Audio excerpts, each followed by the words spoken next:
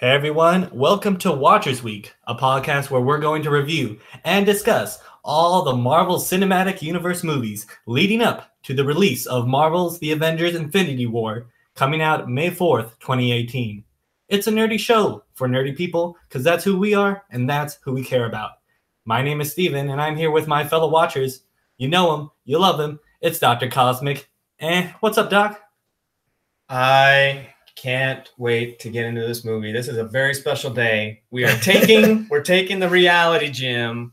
We're jumping from phase 2 into phase 3, but it's all right because is there a time gym? We gotta. This might be time.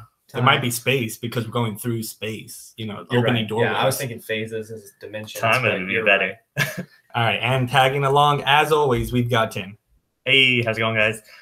Super stoked for this movie. I'm ready to talk a bunch of spoilers. So I guess if you haven't seen this movie yet, I know it just came out. What are you doing here? Go watch the movie instead and then come back so we can talk all spoilers. Like, this is going to be great. And yeah. All right, watchers, this week we're continuing our journey to infinity by talking about the 2018 Black Panther movie directed by Ryan Coogler. Guys, what did you think? Again, I just think it's an interesting movie. It's just, man, this movie was crazy. I think just in all regards, I think to the whole, like, because we saw a little bit of Black Panther in Civil War, and I don't think that was enough for people. Like, we needed this movie just for not only, like, you know, to fit into, you know, the MCU, but, you know, just comic book fans to have a Black Panther movie. Like, this is just crazy. I'm literally at a loss for words right now because just thinking about this movie, like, yeah, we couldn't even get like the seats for the midnight premiere. Like, this was day after. Like, they just sold out quick. We saw it yesterday. It hit the record Friday. It hit the records, right, for like most pre-sale. It's oh man. I mean, we were trying to get tickets for today to see it again, and they were out. So yeah, that's how much I knew for myself. Opening weekend is gonna be crazy. I knew for myself. I laughed at this movie, not at this movie, but with this movie. I cried with this movie. It's an emotional roller coaster that I believe lulls at the end. It kind of has a problem for me that where it kind of drops off a little bit, kind of loses its footing a little bit toward the very end. But throughout, it's a very action-packed movie. It's about, you know, telling a story. It's not an origin story. I thought there are some origin aspects, like regaining power, losing power, and then regaining it again. So you kind of see through.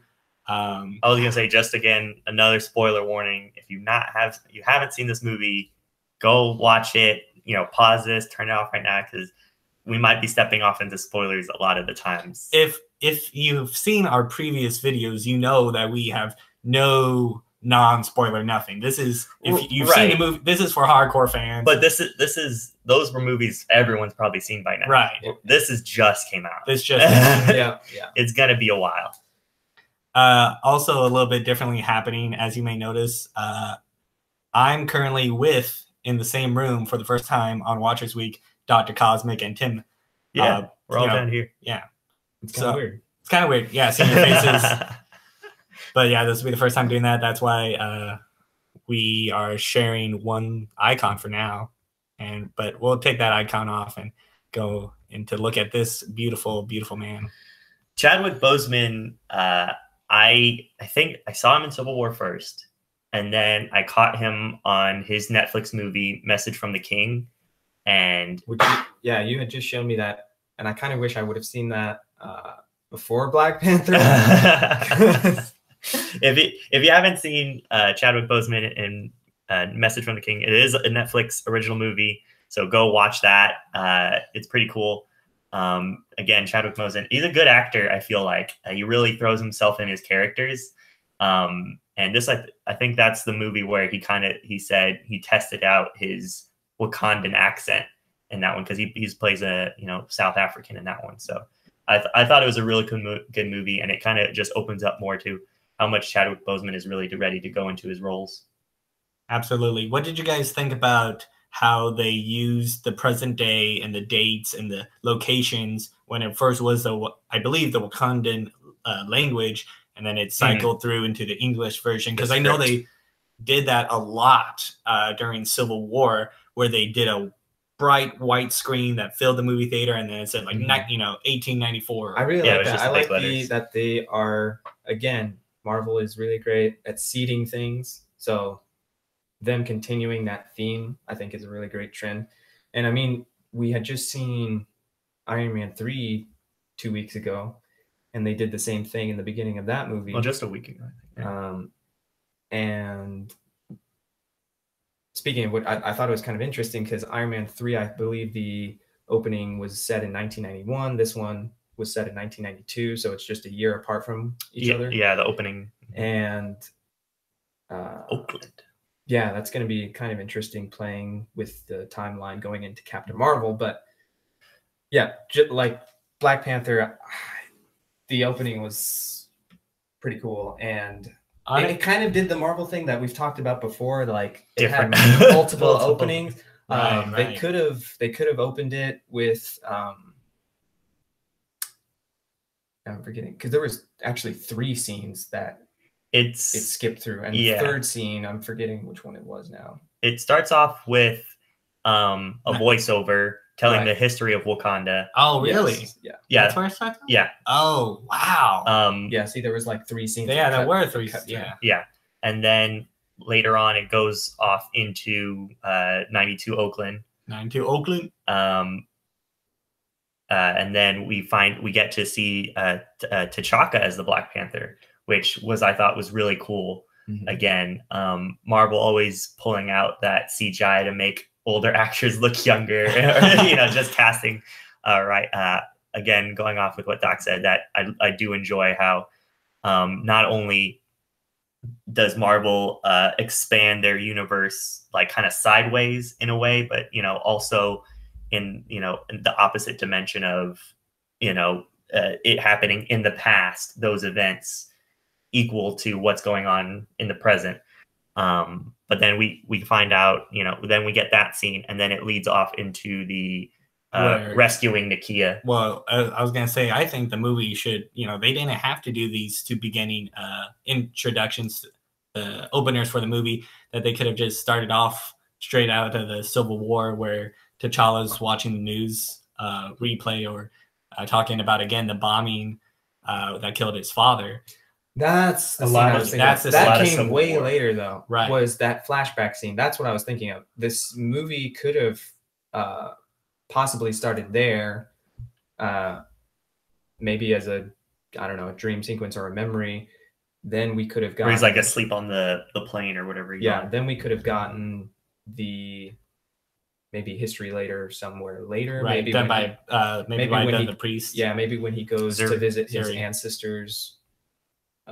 And he's buried. I don't know. What did they call it? But I enjoyed the way it opened. The ancestral plane. Ancestral plane. Because you're having to talk to your ancestors. Yeah, okay. Total kind of, I got an Avatar The Last Airbender vibe from it. Yes. I mean, it's good that, like I said, I enjoyed the way it opened. Like, I don't have a problem with it.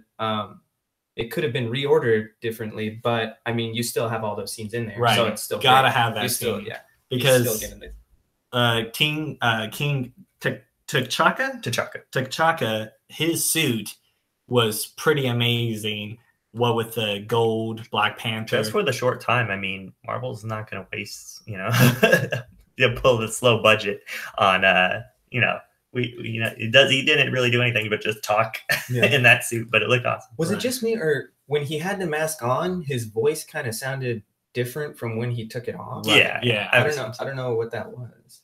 Not like if there was like a voice changer. I mean, like his accent. Like, there wasn't really an accent when he had the mask on, and then when he took it off. I don't know if it was a different. I think he was just speaking with more authority. Yeah, I think he was speaking clearer for the other guy. Oh, yeah, because he orders James out originally. Right. Who's Zerd. But yeah, that means we got a total of 4 Black Panther costumes, right? You had the Civil War one, T'Chaka's. The new one that Chadwick Boseman is wearing here, and I think they call this one the vibranium suit now, because I just know that his sister made it. Yeah, we can call it the necklace suit. No. Shuri's suit. Yeah, Shuri's suit. We'll call it Shuri's suit. And then you have technically Killmonger's suit, which is the Golden Jaguar in the comics. Right. But I'm saying that's a technical Black Panther. Right, that is. Yeah, which doesn't make sense. So that's pretty crazy. 4 suits. Four movie. suits. I mean, Civil War was in the previous movie, but they still had it in this one.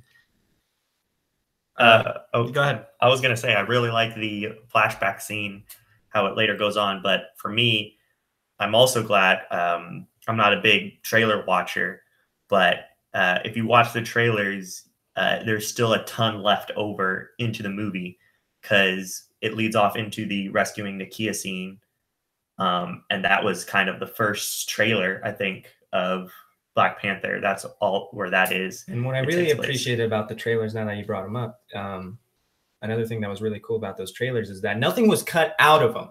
Right, guys? Isn't that always great when you see a movie and it's what you actually get? You were promised, or you were expecting.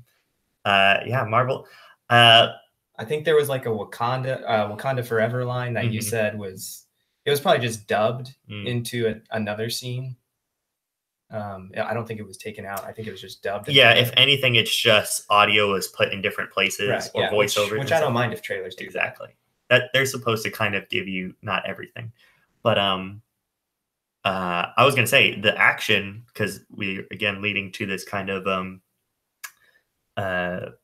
what's it called? Attack, I guess, on these guys. We get to see the action in this movie is, I think, it in some parts it's CGI heavy, but in other times it feels very like, maybe real. It kind of reminded me a little bit. It's not Winter Soldier level where it's just straight fisticuffs, being traded blow for blow. But there are times where it's just like it's pretty decent. But I think the whole point of this movie is to show off. It's supposed to be on a grand scale because you feel because they trade out his suit. I don't think he could have done this movie with his old Civil War suit because everyone was kind of on the same level as him because everyone had like vibranium, or it's something to affect him, everything like that. And so the kinetic energy put him on top. The kinetic feedback kind of quality of it or aspect. So I felt like they really upped the ante on the action in this go around. Oh yeah, definitely. Yeah. Speaking of kinetic energy, this is totally a side thing that I just thought of. Who would win in a fight, Quicksilver or Black Panther? Black Panther. Let us know in the comments. MCU Quicksilver? Yeah, MCU. Well, he's dead. I know. But if he had lived, that's what I'm saying. What do you mean? Like so fast that? Well, because if he's trying to punch him super fast, he's just going to be absorbing that, right? Right. So who would win? And then he just blows him back every time he gets hit. Black Panther probably. I think it's just the gadgets that make him go over the top. And Quicksilver really doesn't have anything. Which, I was gonna say. That's my thought. Put your Shuri, a 16-year-old tech genius. I still don't believe that. I don't know if that's true. I don't think she's young. She's a young genius. She's at least 18. Like I could believe her as an 18-year-old, maybe 19-year-old. You don't call an 18-year-old a child, though. Yeah, you kind of do. I mean, if it's your little sister. No, but I'm talking about what Winston Duke called her. M'Baku, that's it. He said when he that's during the trial, like older. Yeah, everyone's older than her. She's still the younger character, the youngest character in this movie, probably. But I really liked her character like a lot because not only did you get to first meet her when they come back from saving Nakia, right? Yeah, and when she's standing by her mother. Yeah. Not only was she like the life of the group, like she was very like energetic and electric, her character, but it was a reversal from what we're used to getting. Like with Black Lightning, his the CW show, his mentor, or not mentor, but his sidekick, I guess, or butler, whatever you want to call him, is just an old man dude. Batman has an old man dude helping him out making his suits. And with T'Challa, it's different. He has his own sister, and she's younger and she's youthful and she's smart and capable, and she's able to build all these suits and gadgets for him. And then she ends up helping him later on in the movie, driving the vehicles. I thought that was so freaking cool. Yeah, the Wakandan technology in this one is pretty great. Like, just I was not, you know, you kind of were expecting what they were going to do based off the trailers, like his suit. Shuri's got her like Panther gauntlets, which is only used at the very end of the movie, which I'm kind of disappointed. It was like bam, bam, bam. I think it's just to sell toys. Yeah, but it was, but it got shot off like cool twice, and then it kind of didn't really work either. But my point was that my first part where it's seeing it, Doc bringing it up with the driving the car was like this kind of like the sand. Like the vibranium sand, like it also did that with when they were saving the Kia, and you kind of saw it beneath. I thought that was such a cool thing to add to this. Like it technically didn't need it. Like they could have just done basic Tony Stark hologram kind of stuff, but taking it to that level is just it was awesome. The only thing that this is a really minor nitpick with the sand technology or whatever you want to call it, sand tech, I guess you could call it. The only thing I had a problem with is that when it made the shapes of people, like when somebody was communicating, it would color them. So it was like, because like in Man of Steel with their technology, it was still like the metal look, or graphite look to it. I think they might have tried it and it looked too CGI or something. I was gonna say, did it color them? Or I think one of the beats also was a projector that like the light kind of based off of it. I don't think the sand actually colored. I think it was a projector onto the sand, because the back of it was still black sand. That would be good. I'm cool with that. Yes. That'd be pretty cool. Okay.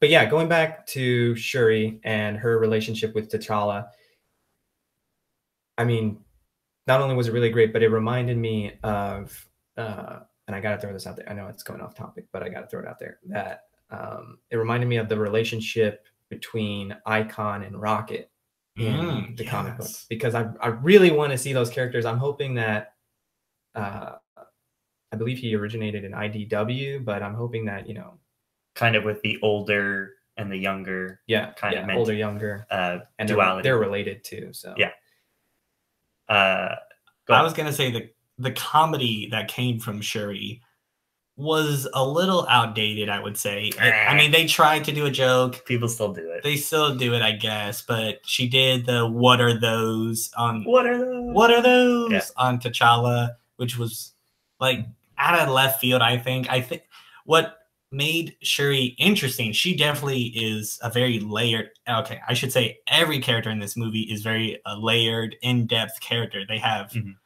multiple personalities and qualities about them, and you get to see traits. That's the word. Thank you. For instance, when Everett Ross was in the lab and he woke up after them saving his life, and he was looking around the lab and he looked out and he was asking questions about the train tube with the light sound. What are those? Oh, they're the vibranium minecart trains. Yeah, the minecart trains. And he was asking questions. She kind of like got excited a little bit, like, oh, finally someone who like doesn't want to know what's going on politically, just wants to know what's going on scientifically. So you got to see that part where she's like was excited to talk about it to someone, because other than that, they're just giving her orders, or she's just trying to improve by herself, which I really appreciated in this movie. Yeah, I mean, though, that joke, I was sucker punch of a joke, really, for me, and not in a good way. The one that I've never laughed this hard, I don't think, in a theater before. The one that got me was when she told T'Challa to kick the suit, and then she was like, "Do it again," and she's videoing. He's like, "Why are you videoing?" And she's like, "Recording research purposes." And then he hits it, and he just goes flying across the room. I laughed so hard when he said, "You better delete that," or whatever, because we've all been there with our. This was a very good sibling relationship. I know, it was so good. Right, and T'Challa at the end, toward the end of the movie, when he was trying to protect his family, he was like, keep them safe, get out of Wakanda, run away, basically. I'll handle it all by myself. And they're like, no, that's not how we roll with T'Challa. You know, I'm your sister. You need all the help you can get. You know, the movie didn't push her and cast her out and like, oh, she has to go help her mother. That's why. No.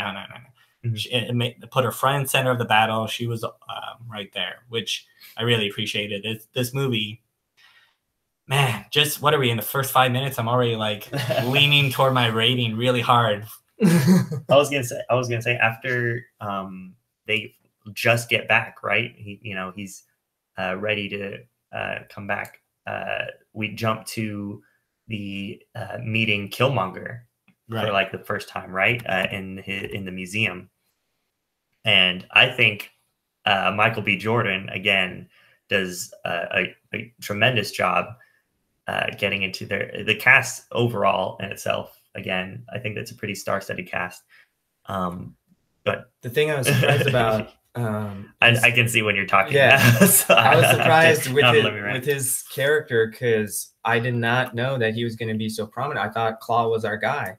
I mean, I knew it was going to be somewhat of a tag team between them, but I thought it was going to be Claw, you know, heading the missions or whatever they were doing.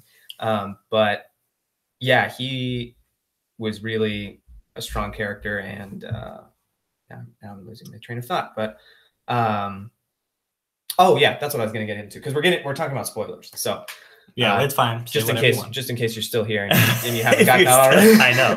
By this yeah, we're talking spoilers. I tried to name drop as many spoilers as I could, you know.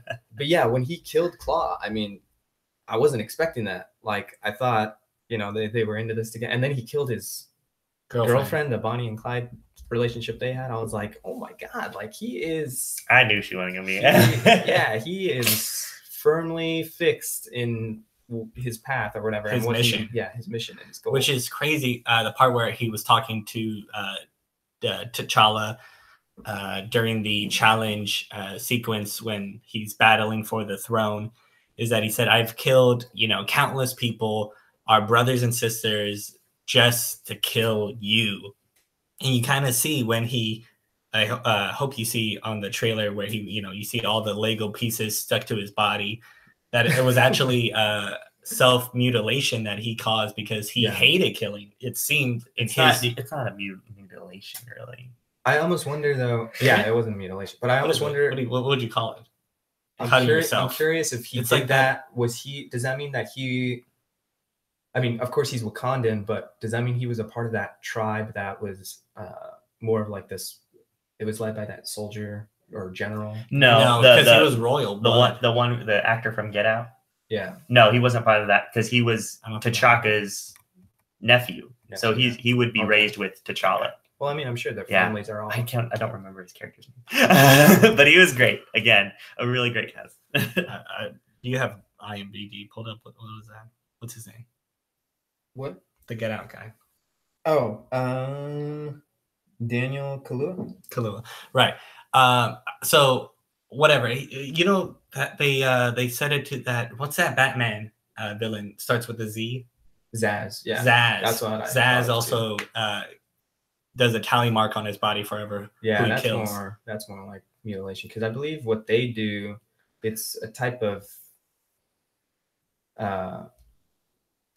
is it like burning almost, or they put something under their skin?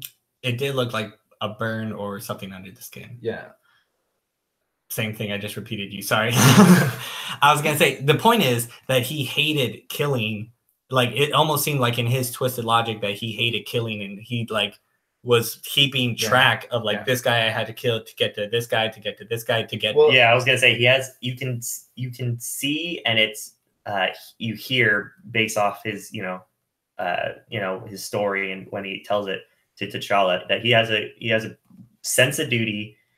He has a strong conviction, and as well as strong ideology because he knows that he's seen the injustice from his youth, and he knows he wants to do something about it, and he knows how to do something about it based off him hearing his birthright from his father. So it's just like all the pieces are there, and you understand him.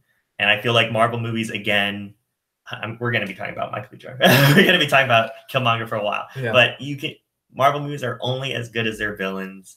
And when you can understand the villain, you don't necessarily have to relate to them, but as long as you understand them, it makes a world of difference from just a faceless villain or a villain that just doesn't connect.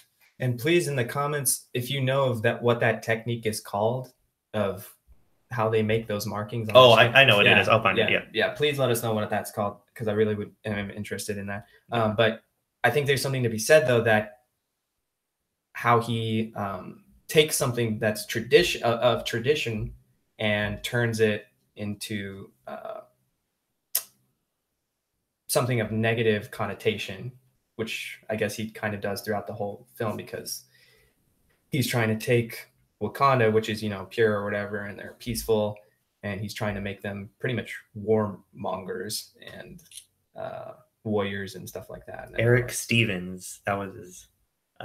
Eric Stevens. Yeah, it wasn't. His nickname is like Killmonger, but Eric Stevens is the name. That's what I was saying. Yep. Well, what was his Wakanda name though? Right. Oh, I have it here. I'm gonna butcher it. Let me see it, because I remember. Yeah. It wasn't it in New? Oh yeah, so there was a in N'Jadaka. Yeah, in N'Jadaka, which is an amazing thing to me. We see it right at the beginning of the film in 1992, Oakland, where the King T'Chaka, right? No, yeah, T'Chaka asked him, or no, the guards asked him, "Who are you?" And then he crocodile scarring. Okay, thank you. I was gonna say they ask him like, "Who are you?" And he like shows his lip, and when Killmonger later asks, he goes, "Ask me who I am. Ask me who I am." He's like really wanting somebody to ask him who he is, and he doesn't speak. Not mutilation; it's modification. Oh, sorry. Okay. I'm getting this out of the way so I can figure it out. So he's asking the council when he's in the throne room toward the end of the movie. He's like, "Ask me who I am," because he doesn't speak Wakandan, because the general guy had to translate for him. So when he does speak Wakandan and says his name, I think what the tattoo on their bottom lips are signifying is that when someone asks you in a Wakandan tongue, that you cannot lie, you have to reply honestly, and read off who you are and who your name is and who your father is, which is really awesome. And it probably works both ways, is that you cannot reveal yourself either. You can't say your true name to anybody else who doesn't who wants to know but doesn't can't get it the first time the right way. And I believe it's probably tattooing with vibranium on your lip, and that makes it do that. But that whole like tiny little aspect throughout the movie of just like revealing the lips and like, who are you really? And he like shows it. I'm like, wow, it's amazing. It's awesome reveal. Yeah. I still think, because we were talking about this a little bit off air after we had walked out of it, we were kind of confused as far as the line that should be drawn between those flowers that were being grown and vibranium, and whether there's a connection there or not. Because to me, they called it the heart herb or something like that? I forgot what it was called. Yeah, anyway. But it was the herb. To me, they both had the same, like the tattoos that you were talking about under the lip. They both had the same coloring as the. Is it under the lip or inside the lip? Inside. That's it. I mean, if you cut your lip off, it's technically under, but yeah. So like, they glowed the same color or illuminated the same color, and so I'm curious if that marking isn't actually connected to the plant itself, because I'm not too sure. The plant seems very ceremonial, like very holy, or just because it's for bestowing the Black Panther powers on people. So I don't think they would give it to everyone just for tattoos or something like that. Yeah. I think it would have to be related to the vibranium, because vibranium is mostly related to sound, and therefore it was preventing people talking, and that's the vibration, something like that. So I would think it would be more close to vibranium. what would be really good, because I understand your confusion, is that the colors are very similar to each other. I think one was blue and vibranium's purple or something like that. Maybe making the herb gold, you know, kind of an old style, like T'Chaka had his suit or something like that. I think that would be pretty good. What I was getting to though is that, because I still think that whatever that meteor was that struck the Earth all those centuries ago, I think that possibly could be our last Infinity Stone. And again, we're getting into potential spoilers here. All theories. It possibly could be the last Infinity Stone. And the reason I think it would be interesting if the tattoos behind the inside the lip, I think it would be interesting if that was connected to those plants, is because when a Wakandan dies, maybe their essence is transferred into the Soul Stone, which is our last stone. And so then when he goes into those dream sequences, he's actually inside the Soul Stone with his father. Right. Which makes sense. Like his consciousness is Which there. makes sense, though, because even when Killmonger went into the dream sequence when he became king, he drank the Black Panther herb, and he saw his father, even though his father was never a king, a Black Panther.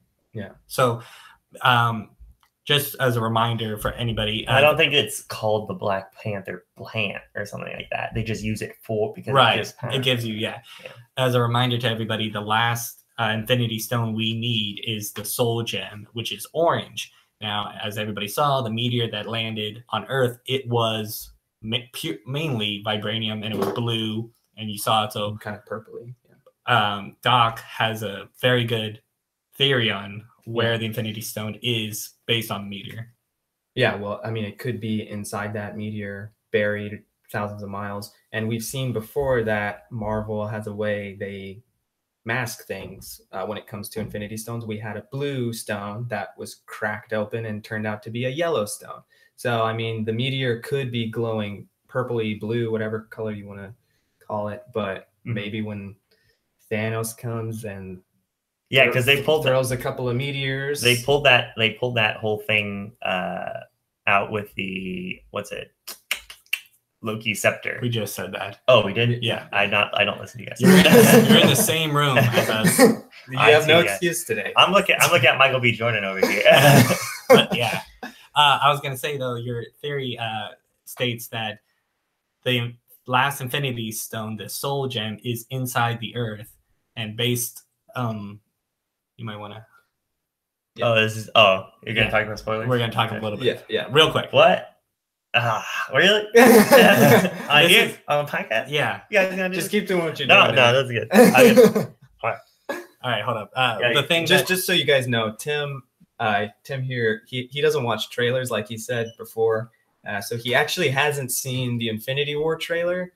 So now that we're talking about said trailer, he's gonna have to step away for just a second. His reasoning is that because of Thor Ragnarok, when you saw the Gladiator Hulk in the film, in the trailers, everybody knew he was in the movie, but then when you actually saw the film, they kind of build it up like, oh, who's the Grandmaster's champion? Who's the Grandmaster's champion? We don't know. But we knew as the audience. Yeah. So he was like, how much better would that be if you didn't watch the trailer? So I'm sure it wasn't just that trailer. It was Justice League. There's a whole bunch of other But that's when he took his oath. But anyway, he heard me say meteor, so he just jumped away real quick. But back to what you were saying about. So the last Infinity Stone is in Earth, and based on Thanos' plan, based on the trailer, is that we see him hurtling meteors, towers or meteors that like seem to stick into the ground, and I believe he is probably breaking apart the Earth and gonna destroy it to get to the Infinity Stone that's buried inside the Earth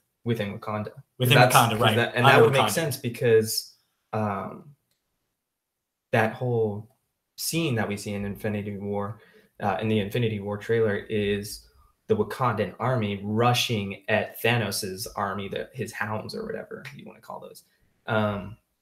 So, I mean, it just makes sense. They're in Wakanda already. We know that meteor is there. They've planted that seed. Again, Marvel being great at doing that, seeding those things. So I think it's very a very, very high possibility that that meteor that crashed there all those centuries ago is our last Infinity Stone. Which would be amazing. I'm gonna go get him. Yeah. Which is pretty crazy, you know. But yeah, it would just make sense because, again, going back to the dream sequences in Black Panther. Hey, you're back. Yeah, going back again to those dream sequences, it's just it would mesh well. Yeah, yeah. All the pieces are there, and they just need to put the puzzle together. Right, and this is just a theory as well. I mean, the other theory is that it's in Heimdall back in Asgard. Shout out to Ruth Carter for the costume design for this movie. I think everyone's just really well done. It's awesome. It's awesome. And yeah, I think she did a great job. Everyone else has their own kind of style of fashion, even for like casual walking through the market. No, not just on that one. Like casual, who was it? Casual Eric and casual Shuri just looked great on him. I was thinking like, okay, what do I need to copy this look at to copy this look? But yeah, I don't know about you, but again, going back to the action in this movie, there was a lot of hits for this one. And the first hit is the challenge day for when we get to finally see. Well, no, the first hit was the truck. Oh yeah, convoy. Rescuing Nakia. Yeah, well, that one I kind of saw in the trailers, so that one didn't hit as hard. This one I felt like was really big for me. I know I said I didn't watch trailers, but I mean, it was the first Black Panther trailer. I was gonna watch that one for sure. Usually, the first trailer doesn't give away huge spoilers. Yeah, I mean, and I think it's Black Panther. You know? I mean, yeah. It's Black Panther. I mean, Infinity War is different because it is. That's the culmination event. of everything. Yeah. I skipped that one, so I've not seen that one. But we get to see all these different tribes in Wakanda kind of come together. Yeah. And I guess I could see some people's with the CGI and stuff like that, but I'm like, it's a giant waterfall and like this fake country. Awesome. Yeah, like how else would, you know, but the actors being able to act with that much green around them and stuff like that was just really well done. I was going to say, how awesome was it, first of all, to get the challenging day platform out by hitting their staffs from the boat, creating like whirlpools of water to take the water out, and then them to be on the side of the cliff. What an amazing idea. But I was going to say, based on the tribes, I should say, I actually have a little thing that mentions all 5 tribes that are a part of Wakanda, which is... It was like the merchant tribe, right? I heard that one. Right, the merchant tribe. The border tribe is one, which is what the general guy... he's the leader of the border tribe. This guy, the border tribe. Because he protects the border of Wakanda, right? Yep, and then there's the river tribe, which is kind of the green part, the green people dressed in green. The merchant tribe. Merchant tribe was the one that their fighter looked like the guy from Indiana Jones. With the head work. Okay. And then the golden tribe. I don't know what that was. And then he was dressed in gold. I was gonna. How many was that? That's 4, right? I think there was only 4, and then the other one is the royal bloodline, I think. Yeah, but then also M'Baku's tribe. Right, but he's not part of Wakanda, I don't think. Right. But he still won. I have no idea because they could challenge. Right. Of course.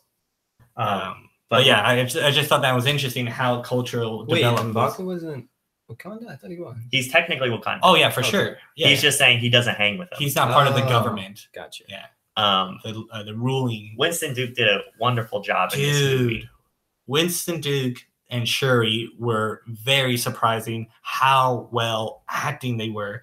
I mean, based on the trailers, I expected Winston Duke, Letitia, right? And M'Baku just to be grunting and just throwing his fist and being a big old monster guy. yes, of course we did get that amazing intellectual conversation he had with Everett Ross. Yeah, but yeah, I just expected nothing but that from him, just to be a man ape, right? But it wasn't. He was funny. He was wise as a ruler.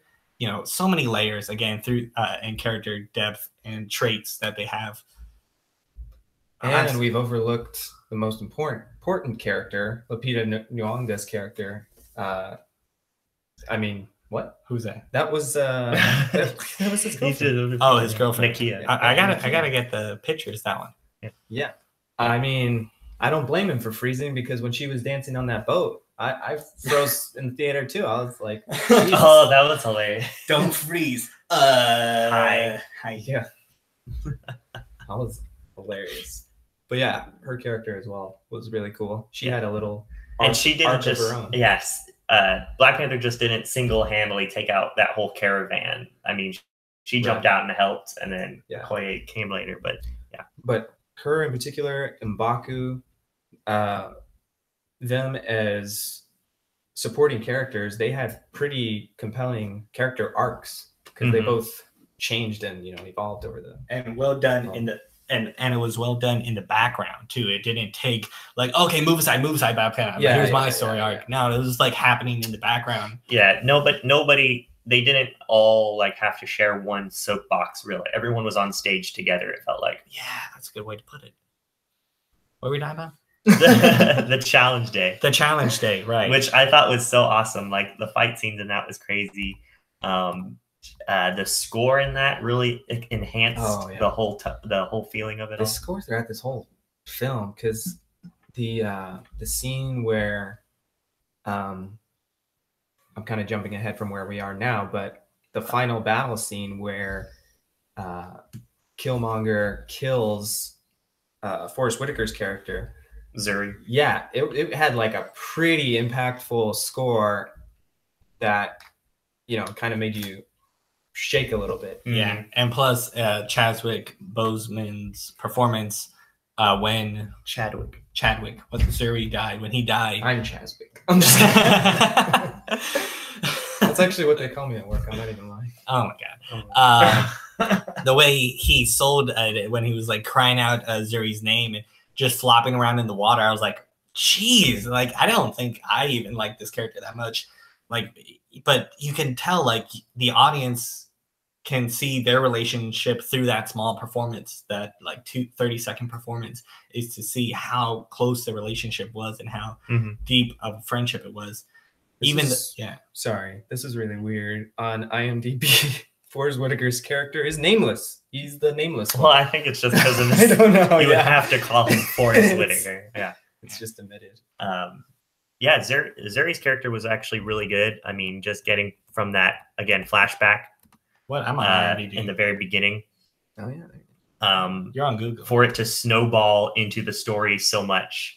And, it's like, it's the spine of it. Like what that event that day. The spine of it, really, Tim? Everett Rosh got shot in the spine. He's better now. He got better. How could you? But, with that, I don't know if it takes away the tension that much from that scene, knowing like, oh, they fixed him, and I guess that doesn't make it a big deal or something like that. Yeah, it didn't really like.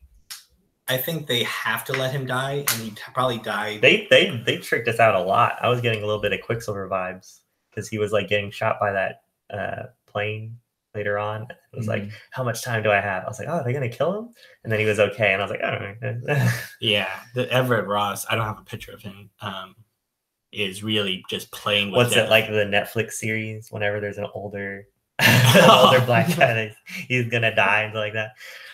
Which like in his 50s. Oh, Zuri did. Oh, Zuri died. Yeah, I know. Keeping and the speaking tradition. of Netflix, yeah, they kind of did follow the. Ryan Coogler did Luke Cage, right? Oh, did he? I think that Ryan Coogler did. But Luke Cage. did anybody? Pops died in that one. Pops died. But yeah, they did kind of follow Spoilers the Netflix. They did kind of follow the Netflix formula because they had two villains. One villain that we thought was going to be our leader, as I said before, dies, and then another guy takes over and heads, very the whole ship. Cottonmouth and Mama, yeah, exactly. Which, again, we had talked about this off air, but just to reiterate, I was kind of worried because throughout the whole movie, up until that final part with Killmonger, and he kind of gives his whole explanation as to his origins and everything and who he is, I was kind of scared because I was like, are we gonna be Luke Caged again? And this is actually gonna be his brother? Because I had misheard what he said at first. I had to bump on my brother and ask him what, because I had missed the line. I thought he had said that he was T'Chaka's like illegitimate son in America or something like that. Wow. Yeah, I had misheard it and I had to bump my brother. I was like, wait, did he just say what I think he said? I was like, please don't Luke Cage us. Yeah. But I'm being cousins was cool. I'm messed up. Sorry, guys. He didn't do Luke Cage. Yeah, I was fixing to say he did Creed. He did Creed, yeah. That's what it was. And speaking of Ryan Coogler, I mean, this guy, like, he did Fruitvale Station. Yes. And then he did Creed. And now this movie. Like, he hasn't missed yet. 3 for 3. He's 3 for 3. I was gonna say the same thing for Michael B. Jordan. Well, he wasn't Fantastic Four. Yeah, he was. He wasn't the problem, I think, though, with that. Again, those are the people around him. A little bit. He played it, but what were you gonna expect from Human Torch in that movie? Yeah, I think he just wanted the paycheck, but Michael B. Jordan's performance wasn't gonna save that movie. That's for sure. Yeah. Even if he did a spectacular job. What joke? Who did Luke Cage? I said Job. Oh, sorry. Okay, yeah, I'm not too sure. I tried looking it up, but I looked up Coogler instead. I think it was Creed. Creed was good. Creed was an amazing movie. I love that movie. That was a good movie. Let's watch that movie. But again, Ryan Coogler is great at directing, these actors and making them get their best performance, like getting real emotional. He did that with Rocky and Creed, and their performances. Because I remember, like, I think we watched that movie all together, and it was super emotional, like, especially for longtime Rocky fans. Eric Killmonger, he kind of pulls another Rocky character out when he challenges him, Clubber Lang. He kind of pulls that. He just like comes up to T'Challa and just snatches. Speaking of Rocky, he just comes up and totally knocks him down a peg. So yeah. Which was pretty crazy to me. I don't know. I guess I didn't really see Killmonger. I'm just gonna change the picture back to Killmonger. Yeah, let's just bring it. Look at that. We can just leave it up there. Just leave it. Speaking of Killmonger, I don't think we really got to see truly how great he was. I mean, I know Everett Ross and everybody in the lab kind of gave a rap sheet about what he does, but I mean, going against the Black Panther, even if he was depowered through the poison or whatever it was, I couldn't see it going toe to toe. I thought for sure, he beat Man-Ape. He definitely would beat Killmonger, and maybe he'll probably do it sneakily and he'll do it. But no, he just straight up beat him up. He was just like, come at me no matter what, and then like it ended in 10 seconds. Yeah, it was a little fast. Yeah, the only thing that was kind of thrown in our face as far as exposition goes was him saying, I trained my whole life. I was in here, I was in there. He was boasting. Yeah. Fortunately, it was just boasting, but it did feel a little like, okay, yeah, we get it, exposition. They did give us his whole rap sheet before too, so it was kind of just doubled up. I was just mentioning that. Oh, the rap sheet. Yeah. I was gonna say, but they don't fight with swords, and in there they fight with guns. So well, I mean, you got to do QC. What's it called? CQC. Close quarters combat. Yeah. That's Metal Gear. And speaking of which, him being deployed in, because he had mentioned Iraq, does that mean that there's a chance Michael B. Jordan coming and Punisher? He wasn't like a Black Ops, like taking down governments, which is kind of what Punisher was doing in Netflix. No, what would be really cool is we don't know because Marvel has kind of played it smart. I know some people have complained about it, but they kind of have been playing it smart as far as not tying in the shows yet with the films. So since we don't know the timeline, could the Netflix shows be taking place still after the Battle of New York? Because that's the only thing. Well, yeah, because in Daredevil they mentioned. So this is after the incident. And he's like, oh, is that what we're calling it now? Yeah, they're still like in phase 1, phase 2 area. Well, Agents of S.H.I.E.L.D. mentions after Age of Ultron. Yeah. They're like, oh, we're gonna have another Ultron problem or something like that. Because we could potentially get Killmonger, even though he bit the big one in this one. We could potentially get him in Punisher. Yeah, just as like a background character. Wow, that would be. I know.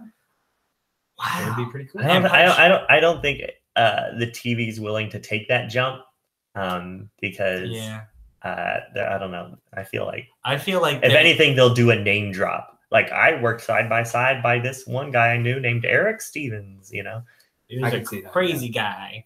Yeah, that's pretty much it. You could say he was a killmonger. Just like slows it down, stares straight at the camera. You remember him? The set design on this movie was really awesome. Right, too. the green screen. Yeah. Well, I mean, like just Shuri's lab. I doubt Shuri's lab. Shuri's lab wasn't green screen. I don't think the background was. That wasn't green. Oh, the joke with what are those and the sneakers. Get it? I call them sneakers.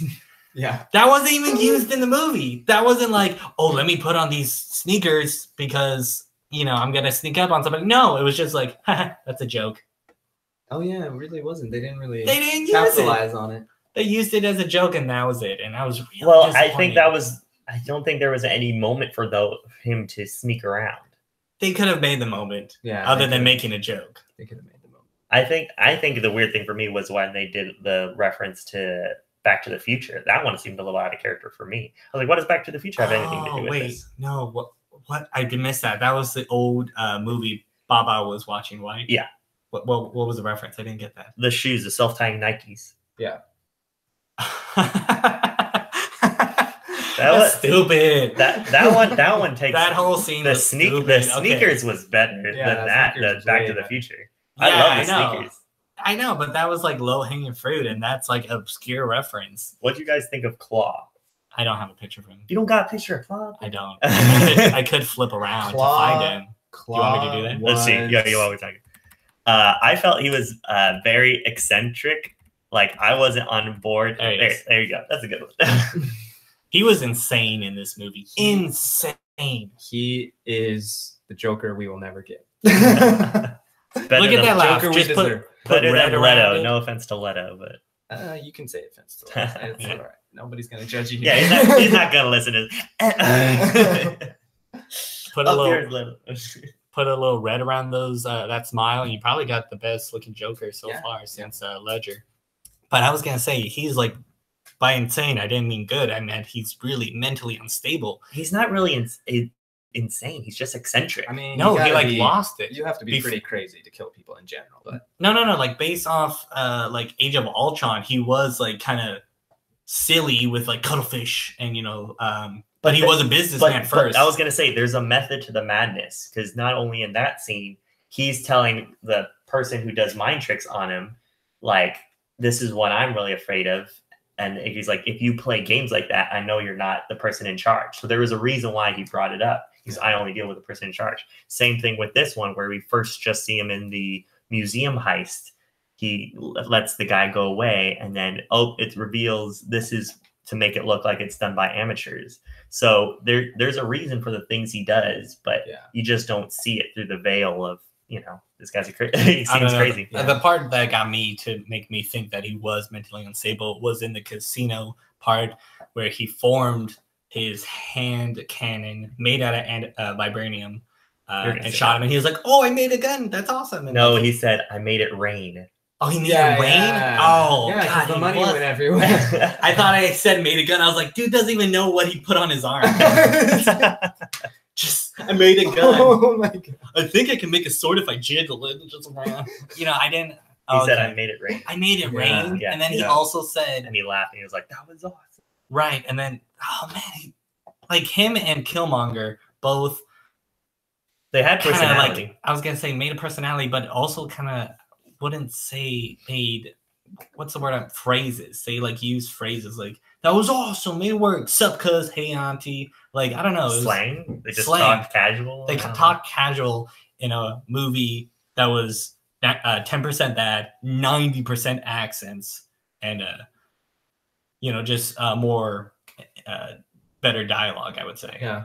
To me, though, like, their phrases or whatever. Words. Yeah, their phrases or, whatever you want to call it. Idioms. Actually made it more menacing almost because it's like, they don't take it seriously. Yeah, they don't take it seriously, and they pretty much view themselves above everybody. Nobody's a threat to them. They know that they're going to accomplish Or if anything, like whatever they're gonna need. Like Killmonger was saying when he gets taken to the like council of all the tribes, he's like, you guys are sitting pretty up here. It's like that. Yet, so he doesn't talk with them with what the respect they think they deserve, or maybe they do deserve.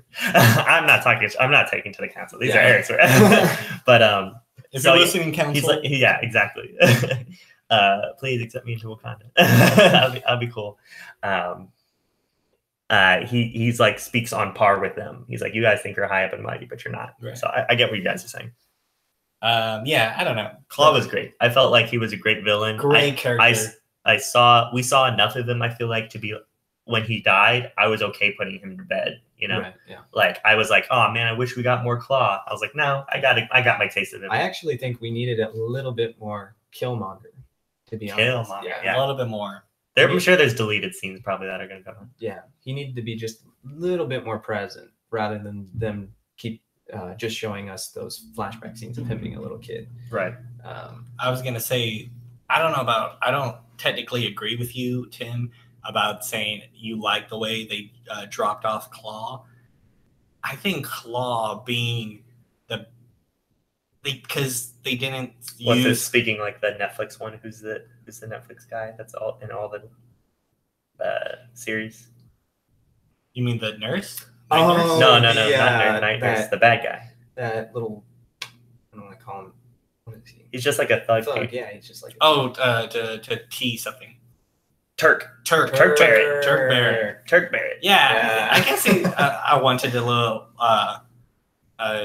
movie screen Turk Barrett in it, but I was gonna say for Claw in the comics to have killed T'Challa's father, making him the Black Panther, and just being like probably the main villain of Black Panther that we know, out there to get vibranium, to kill him in a junkyard of planes. I was like, man, that's really disrespectful to the character. I don't know. They used him great. He was a great actor, but just to be like, and in a dirty little up against a tiny plane. He kind of looks dirty. Though. Oh, he was legit dirty. He smelled. I smelled it from the movie theater. I think it was fitting. Rob Morgan plays Turk Barrett. Rob Morgan maybe try to get in on the Black Panther sequel. Get on the Black Panther sequel. Awesome. I mean, from the way this movie ends, we know that he's kind of setting up a arms dealer, basically, because he's sharing the technology with the world. So that only makes it's not really arms dealing, though. Well, I was gonna say it's gonna eventually lead to the vibranium guns on the streets. I hope not, but I mean that would definitely be a potential, better than the Judas bullets in Luke Cage, I think. I would be fine with. I was gonna say it's more like Spider-Man. It's more like Spider-Man Homecoming with the Chichari guns. More advanced. I'm just trying to off someone. I ain't trying to shoot him through time. So we'll get That's who we need. Childish Gambino and Turk Barrett and Black Panther. Oh my God. He's already gonna be in Solo. He's not gonna probably have the time. I was gonna say just a small scene in the Netflix. Turk Barrett and Childish Gambino. Have Childish Gambino do the have Donald Glover do the next soundtrack. It was just an album. It wasn't really the soundtrack for that Kendrick did this one, but have him just do the next album. I'll be down for that. So. He's done with music. They're never really done. Yeah. All right. He wants to focus on. If anything, he's producer, and he won't actually sing during the album. He knows talent. He's easy to spot talent. Well. We're name dropping a lot of people. We're already looking forward to the sequel. Yes, that's how great this movie is. Right. Man, I don't have a picture of it. We get the car chase. Right. The car chase after the casino mission. The casino mission was really great. Nakia and Okoye. It lasted a bit long for me at the beginning, where they were like, "Okay, where is he? I spot him 6 over here." The scene that I wish that they shouldn't or that they would have not shown in the trailers though was her throwing the spear through the windshield. Oh, that was in the trailers. It was in a trailer. I thought that was cool, and I wish I hadn't seen it because it was. I wanted it to have more of an impact, but the trailer kind of. I thought it was super interesting because it's in a vibranium spear.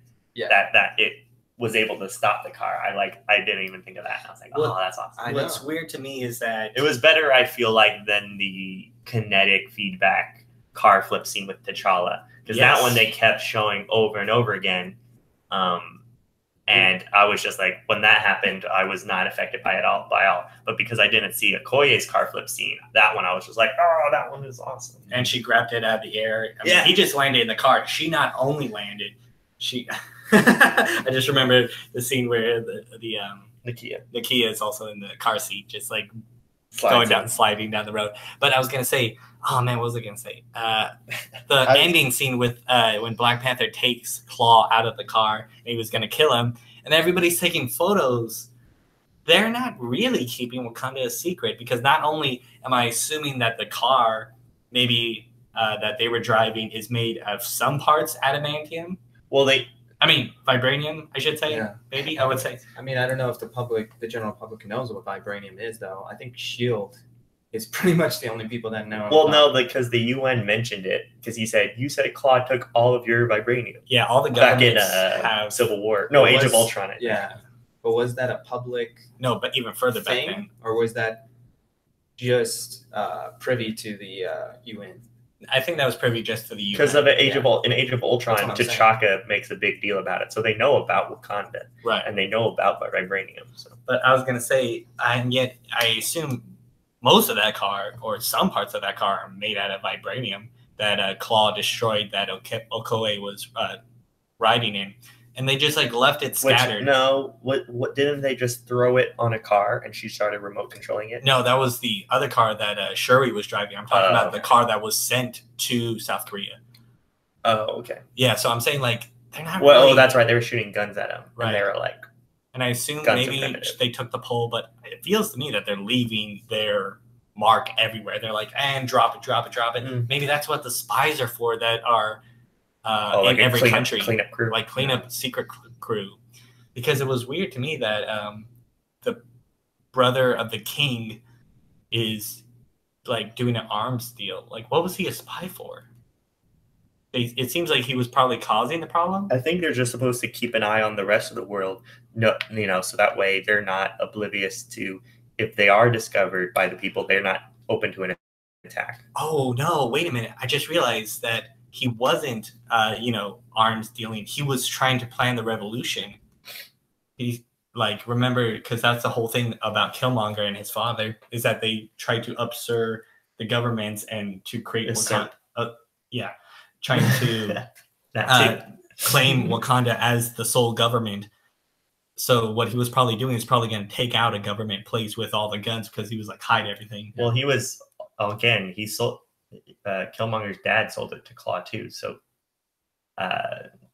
Killmonger's dad and Claw had a relationship before, right? Even Killmonger was of age to do crime. I don't know. I don't know what you call it, grown up.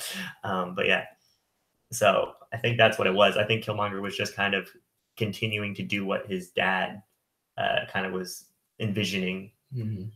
We're talking about Killmonger again. He's again great villain. He's a main part of the movie that the trailers didn't show that he was. Mm-hmm. But yeah, going back to that spear throwing thing, I just can't take my mind off of it, because the great thing that Marvel always consistently does is they are self-aware. So they don't just say, yeah, we have vibranium, and then they don't really end up doing anything with it. Like, they always end up paying off or doing something with, they basically make their fictional elements or whatever, pretty much anything that they have, they make them characters on their own. Mm-hmm. So like, they always do something outside of the box that you're like, the average person wouldn't think of, but then when they do it, you're like, wow, yeah, that makes sense. Like what you just said, like you weren't expecting for the vibranium staff to stop the car, but when it does, you're like, yeah, it makes sense. Yeah, that makes sense. I buy it. Yeah, and it's like the same thing they did with Thor's hammer, putting it on the coat rack. You're like, this is weird, but it makes sense, I guess. Oh, for me, it was when in Thor 1 when he puts it on Loki to hold him down on the bypass. Yeah, and that one was a big one for me. You don't really understand the weight of those things until it happens, and you're like, oh, Yeah. okay. And Or the it's power. like, yeah, and it's like when you look at the competition, or I guess it's not really competition, but when you look at the Not anymore. when the well, no, I don't want to say it as a competition anyway because it's not. But when you look at the other company, DC, on the other hand, they're just now figuring that out when they had their scene with Aquaman sitting on Wonder Woman's lasso. Yeah, You have to play with they're the just now stuff the figuring that world out, gives though. you. But Yeah. playing with the world. You gotta hurry up with those sentences because when Aquaman was sitting on Wonder Woman, I was like, "Wait, what? No, no, You no, watched the wrong Justice Wonder League." Woman's. I was gonna say the same thing about this movie is that it makes you want to go into the comics and read more about the Black Panther mythology and Wakanda itself. Like it left you with so many it gave you a lot, but it kind of like didn't spoon feed you a lot. They're like, here's a meal. If you want to know how it's made, go make it yourself. Like go find out how the recipe works. This is weird. It has the same tone. Right. What? The same tone and the feeling you're saying. Like if you enjoy the movie, you're gonna enjoy the comics kind of thing. Well, no, I was gonna say if you the movie kind of like left me wanting to know more about that. Oh, okay, I got you. I was like, it didn't really I don't really know the character still. Oh, okay. I don't really know where he lives, and I want to know. But there's also like so many things. That was Wakanda's the whole movie he lives in. Right, I know. There's also so many things that pay homage to the comics, like directly. Like when he transforms into his suit, yes, you can see the markings on his face that mirror. Now I'm forgetting the comic book artist, but there's that comic book artist that everybody's been comparing. It's doing like Marvel now, right? He's the one. Where the suit is, it's made out of nanites and it's coming onto him. And there's that picture they've been comparing. But like, again, they just do that so well. I mean, Spider-Man, they gave us so many nostalgic things. They gave us the spider signal, whatever you want to call it. Yeah, spider signal. That's right. Spider signal. They know what they have in their world, and they utilize it, and they're not afraid to not only play with nostalgia, because I don't want to just call it nostalgia like they're just doing it's just fan service. Yeah, but to me it's not even fan service. It's just like it's just straight up like what I said. Like it's an homage to and they're staying true to the origin or the where it got it. Yeah, they're not just respecting like the Ultimates, because like with Amazing Spider-Man, they only focused on the Ultimate storyline. Yeah, it's like it's everything. We're peppering everything. MCU has found a great balance, I feel like, between doing their own thing as well as maintaining true to the source material. To go on again for more comic book things I picked up from this movie. T'Challa drops in a line to Claw when he's all like, "Oh, mercy, King, mercy," and he's like, "Every breath you take is mercy from me." And so that's a line he dropped. Yeah, he drops that line against Namor when they're all in the Illuminati together. Illuminati. When they're in the Illuminati and Namor, pisses him off and stuff like that. So I was just like, oh, they pulled that from the comics. I thought that was really awesome. What's great also about Marvel doing using what they have, but they're also not afraid to change it a little bit, because I mean, if we're going based off the comics, M'Baku is supposed to be living inside a gorilla skin. He's not they've changed it from it. It's just like the head thing, right? But you know what I'm saying, and and the way they did it, I think, he just has like the little backing, the fur of it, which I'm like, oh, that's amazing. To see him sitting in his throne room, and to have that essence and the power and the camera work to make him look bigger, huge, larger than life. I was like, this guy is. It's really scary, and yet he pops jokes about feeding Ross to his children. Yeah, that was funny. Oh, that was hilarious. Which that joke scared me for a second. They kind of that was the joke. Yeah. No, yeah, it was like it paid off what they did with it. But yeah, he can't. There was like a dead silence that hung in the air for at least like 5 seconds, and that was long enough that it seemed like, oh my god, what's he gonna say next? Please say something after that. And then he was like, "We're vegetarian." I'm just kidding. We're vegetarian. Winston Duke brought a lot of charm to this character, so I'm glad they got him and he got the role, kind of thing. Brian Stelfreeze is the one that did that art of transforming into Black Panther. I thought it was Darwin Cook, but it's Brian Stelfreeze. Brian Stelfreeze? Mm-hmm. Okay. Yeah. You can probably Google that or Google it yourself, kids. I again, going back to the cast on this, Chadwick Boseman, when he's questioning Zuri, like, you know, what happened, you know, knowing all Killmonger, that was a good scene, I think, for me, because when Zuri says, like, I promise the king, and he's like, I am your king now. It's like that. It was just like, there's a lot of tones similar to Thor, because it's just talking about like the hierarchy, or should I say the monarchy drama that they have, as well as a little bit of, I'm forgetting the Inhumans. I'm not talking about Inhumans, the ABC movie, clearly. Thank God, because I would have punched you in the throat. And he can do that now because we're in the same room. But just in the comics, because Inhumans has a monarchy, Thor has a monarchy, and so does Black Panther, and they kind of was able to weave that into the plot a lot. I mean, it's very important to Black Panther's character. He's the king of Wakanda. But I'm glad they didn't, like, I think in the council room they mentioned that, like, we don't need a warrior now, we need a king. We another balance that this movie provides is between that. Like, there were still some points where he was like flexing the crown, flexing the rule on people, and other times he just put on that cat suit and went ham, you know. So I just thought that was a really good thing on Chadwick Boseman's level, how he kind of was able to be that person in power versus the guy on the battlefield. Right, the warrior. Yeah. I was going to say another great scene that mentions that is when he's talking to the ancestors for the second time, the third dream sequence. Great scenes. Kind of lulled me to the sleep. I mean, I was like, man, another dream sequence. Okay. All right, I guess, you know, like. Well, they were for different people.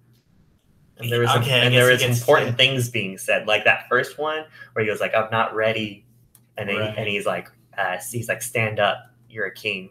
It's like that. Man, that was really good. I thought, again. Okay, the first one was good. The first Killmonger's was okay. Killmonger's was important, I feel like, because we needed to know more about him. Did we? Yeah, because we didn't know anything about him right then. But they explained it later. Yeah, and then I think it jumped so fast that I was kind of thrown off. I was like, I was sort of I know it's kind of bad, but I was sort of asking, what is the story of this movie again at some points? Mm-hmm. And then finally they brought it back, because they kind of rushed the beginning so much that you kind of forgot about that flashback scene, and then they brought it back full circle later. Yes. Yeah. That voiceover. Oh, that wasn't my initial thought of it. Oh, that's young T'Challa talking to his dad T'Chaka. It was actually Eric talking to his dad. Yeah. No, because he called him Baba. Yeah. Yeah, That's dad. Yeah. Okay.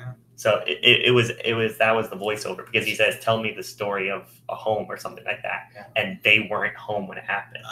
Yeah. So, and then later on he even tells T'Challa later, he's like, we're lost or something like that. Yeah. And he's like, maybe they're I always dream, or what did he say? My dad. I always wanted to take you to show you Wakanda or something like that. So you're saying the history lesson at the very beginning is between Killmonger and his father? Right. Yeah. That's because he didn't get to experience it. Yeah. So he's telling him that's what it's like. That's what I'm saying. Killmonger was present throughout this whole movie, but at the same time he wasn't. If that makes sense. In the middle. It wasn't. We didn't go see, he was Golden present. Jaguar, the movie. We saw Black Panther, and his. Yeah. It could say like the Black Panther versus the Golden Jaguar, like Batman versus Superman. It almost was kind of like that. Black Panther v Golden Jaguar. Yeah. I was gonna say that Dawn of Cats, the musical. I was gonna say there is a middle section where Killmonger kind of disappears for a little bit until we see him again. Exactly. With Killing Claw, but yeah, I did miss him. You know, he was put in, taken out, put in, and then throughout the entire movie. Yeah. I like the whole Killmonger coming in and taking the throne. He waited his entire life for this. His plan wasn't going to go wrong. He said, I trained, I killed. I put all the Legos on me. And even the coronation scene, because he kills Zuri, but they're like, he's a king now. Like, well, no, Zuri. Gosh dang, does this guy say? Oh yeah, Zuri stepped in. That was a big. Nobody was supposed to step in. Exactly. Yeah. Which kind of stinks. I mean, which was weird to me. But he said, "I'll kill you both." Yeah, that was the other thing. Like, normally, sometimes, like on a villain, maybe like on a one-sided, not interesting villain, like that would have worked. He's like, "Okay, I'll kill you instead." And Saigapi was like, "Nope, I'll just do you both," and he just right then. So yeah, like maybe if somebody would have picked up T'Challa while he got in front of him. So yeah, nobody. He's not going anywhere. So it's like, yeah, I'm gonna get you both. Which I appreciated. They did have the respect for, again, the monarchy, because Killmonger is now king. We can't really do anything. I think Okoye mentions it like treason, and I'm loyal to the throne. Sometimes, but then also it was kind of they're loyal to their traditions and their cultures. Sometimes though, it did feel, this is somewhat dipping into negatives, but it's a very minor nitpick. They did kind of feel robotic though. A lot of I guess the rest of the tribes as a whole, because they just followed through the merchant tribe. Why didn't we get enough about the merchant tribe? And I felt we got the border tribe. Yeah, no, it's just kidding. I felt like it would have been cool to at least see a few like background people move to one side and vice versa. Like no, we're not gonna follow this general dude. We're gonna which I think for the characters that we did get, we did have, because Okoye flip flopped. Not annoyingly, it was understandably. So did Nakia with the whole I need to go out there and stuff, but you could do it from here too. T'Challa, again, a lot of character arcs in this movie that, I mean, this movie did have a kind of fast pacing timeline wise. Like, it hit the fan quick. Yeah. Right. Gosh. Were you guys expecting for when Nakia's plan, when she took the herb, I was really hoping, and they were like, Nakia, you take it. I was like, Shuri, you take it. You're Black Panther in the comics. I wanted Shuri to take of I did not. Probably save brains and bronze. They got to be saving that. Let's do it. But yeah, speaking of stuff hitting the fan, it was a little weird because I felt like they were being a little bit hypocritical. They're like, "Oh, we're peaceful, and nothing ever goes bad here." And then, boom, spit hits the fan, and we're killing each other. We're throwing spears in each other. But T'Challa's line that he tells Killmonger while they're fighting, because it kind of cuts back and forth between the two scenes during the third act. His line kind of made up for it for me, because at first I was getting a little worried. I was like, why is this happening? Like, somebody needs to stop this. And then I realized, what was happening. He was telling Killmonger, he was like, you've turned us, all against one another, and that you've turned us into the very thing you want to destroy. Yeah, you want to destroy, basically, that whole spiel. In knowing your enemy, you've become your enemy, or something like that, or trying to do that. Exactly, yeah. I thought the turn that happened with the tribes as a whole was kind of fast, like what you said. It kind of hit the fan really a little too fast. Like, there probably should have been a little bit more of a progression as far as them being so divided and everything. But I mean, it made sense, and it was resolved very quickly. I figured out the border tribe leader's name, the actor Daniel Kaluuya, but also Wakabi is his character. Wakabi. They didn't say it a lot. They didn't say it a lot, because you kind of knew who he was based off his, outfit and his relationship with Okoye. It was kind of just there for you. You know who he is. Kind of, he's a friend to T'Challa, and but I felt like his also character arc throughout it, with his vendetta kind of to Claw, and then later on his kind of betrayal to T'Challa.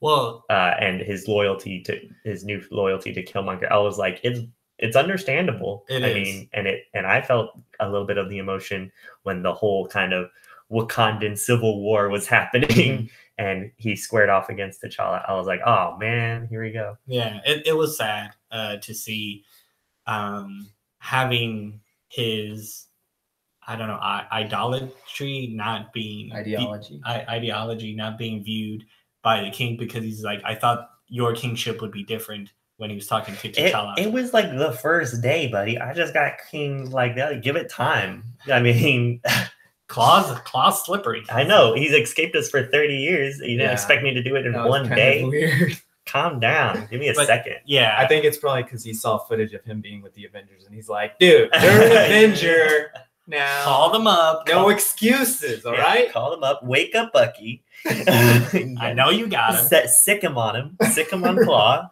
They both are evenly matched. They don't have arms. They're just one armed. The most impactful scene, though, of this entire movie, at least for myself, was the third dream sequence when T'Challa is speaking with his father, and they are talking about, or T'Challa is telling T'Chaka, he's like, you know, I can't believe you didn't tell me this, and blah, blah, blah, blah. You've been wrong this whole time. And he just keeps telling him, he's like, you're wrong.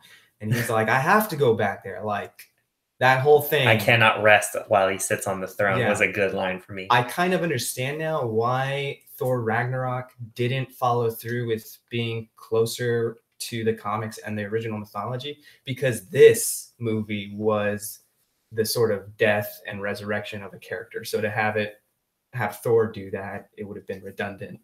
But that like really fulfilled what I was missing in Thor, was him going to this pretty much netherworld, although it's not so it's more benevolent than it is evil. I did get a little bit of a Ragnarok feel from it, because there are these like secrets behind the whole thing. There was behind the throne. Yeah, exactly.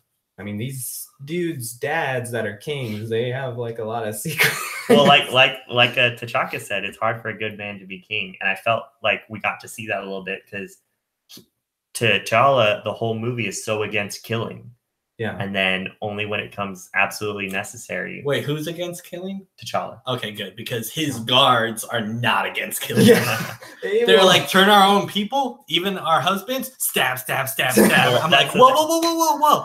This is a whole misunderstanding. Don't stab your brothers and sisters. I really wish somebody would have at least tried to stand up in front of like the middle of the crowd and start like screaming like, come to your senses or something, people. Throw down your weapons, all of us. I was expecting T'Challa to do that. Right. To kind of lead his people. And it's okay that we didn't, because he was just like, I got to get Claw. Not Claw, Killmonger. That's priority number one. That guy's, Which I guess it also shows that nobody's perfect. Like, oh, we're a utopia that's lived, 100 million years. I don't know how long.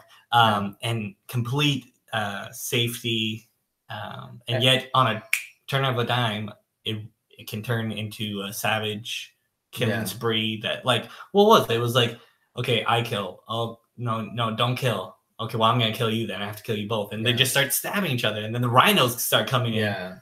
Yeah, I didn't really like that, but I mean, what I took from it is that, it doesn't matter. Like what you said, it doesn't matter if you have a perfect nation or whatever. If you're completely like quote unquote unified, you have to maintain that unity, is what I took from it, or else like what happened, spit'll hit the fan fast and stuff like that. What did you guys think about their cape shields? Wakabi cape shields. I wish they would have just kept it like it's vibranium cloth, maybe a little bit kind of a Batman vibe mixed with who's the other one that had a cape that kind of like is impenetrable?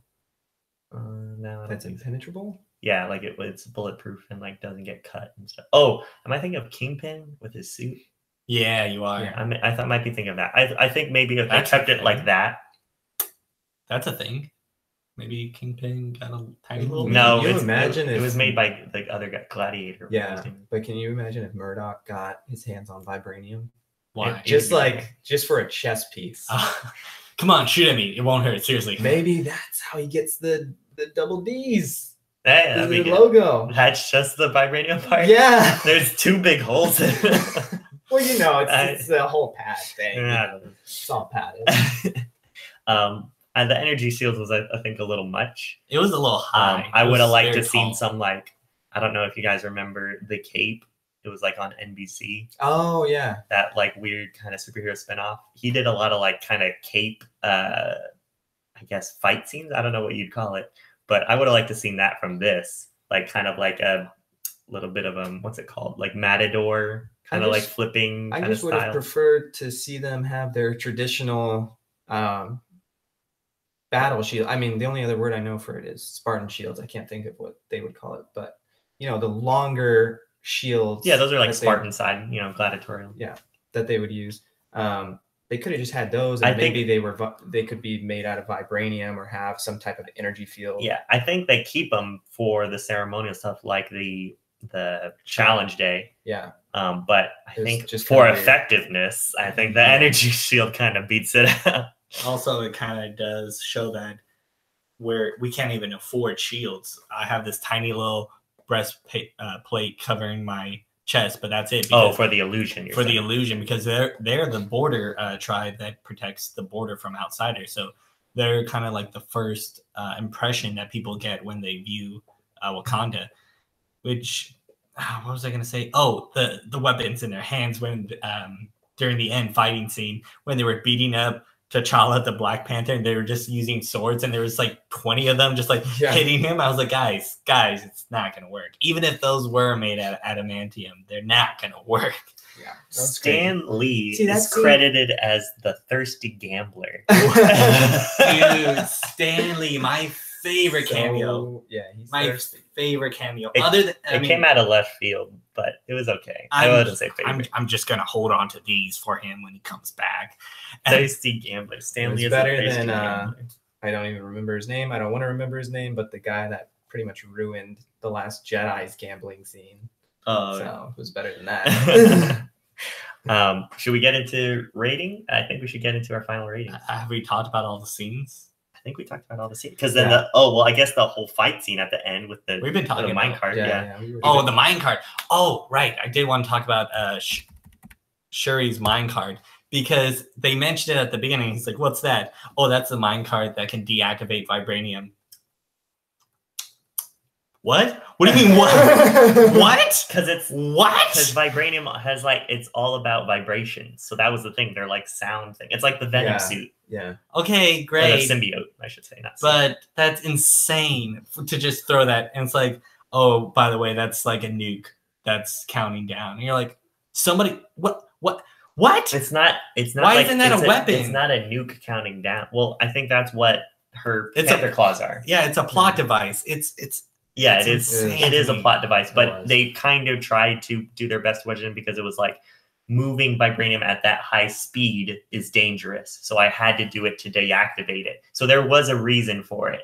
No, not really. Because but to be like, yeah, it's gonna be here. It's gonna come back. The audience knows. And we make sure to have this cavern open to the world in case anybody falls in with vibranium. They pulled a Spider-Man 3 with that. They did. Because he fights Sandman in the subway. No, I guess it would be more of a Spider-Man 2 because then they fall off the building onto the train. They pulled the Spider-Man. They did pull a Spider-Man 2 with Doc Ock and Spider-Man. Well, no, he does that with Spider-Man. He does that in Spider-Man 3 with Sandman. They fall off the thing and they bounce off. But I think it was silent though, a little bit. Yeah, on all three, on the Sandman, the Doc Ock, and the Killmonger, they all are silent when they're falling. But Spider-Man 2 was the best one, so I'm gonna say Spider-Man 2. Yeah, I was just thinking because the Spider-Man 3 one, he does also the lean in and grind his face on it, and they fight while the trains are going on. Whereas Spider-Man 2, they fight on top of it. That's true. The last thing before we get into our rating is because it kind of correlates with the final battle. Is I was a little confused as far as like the message of the movie because it seemed like it was like, oh yeah, we want to build bridges. We want to forget. We want to forget the past. Make recompense or whatever from our father's sins or whatever. But then he ends up repeating his father's. I mean, you could call it a mistake, or you could call it, you know, whatever you want. That he had no choice but to kill Killmonger. But I mean, I don't know. To me, it was like he was just repeating the mistakes of the past. It was like the death of Killmonger. But the whole thing was that they don't share anything. Like, this is our thing. But then they opened their gates. They built bridges. That was the message of the whole ending with the council. So he's doing something that he said, you're all wrong. Which Manape is a part of now, which I liked. They like scooted everybody off to the side a little bit, made a little seat for him. I was like, oh, that's nice.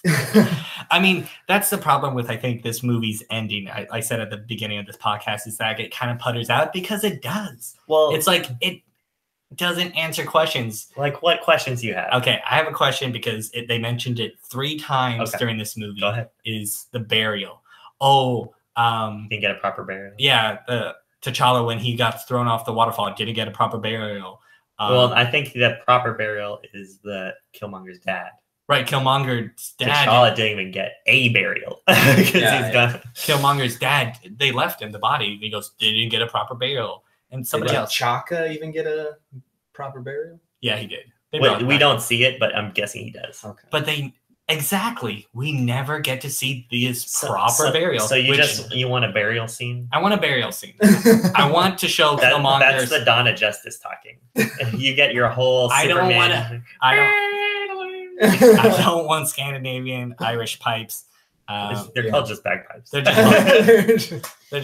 don't want bagpipes, but I do want like a Wakanda. Wait, okay. First of all, with the mining cart, you're like, oh, vibranium going that fast has to be deactivated. Yeah. What's your planes made out of? And I'm pretty sure they go across the continent. It's a vibranium alloy. It's not pure vibranium. That's like vibranium ore in those mine carts. Maybe, but I'm just saying your hover jets. I'll go toe to toe with you. You can keep going. Wait. To his point, though, what releases that energy?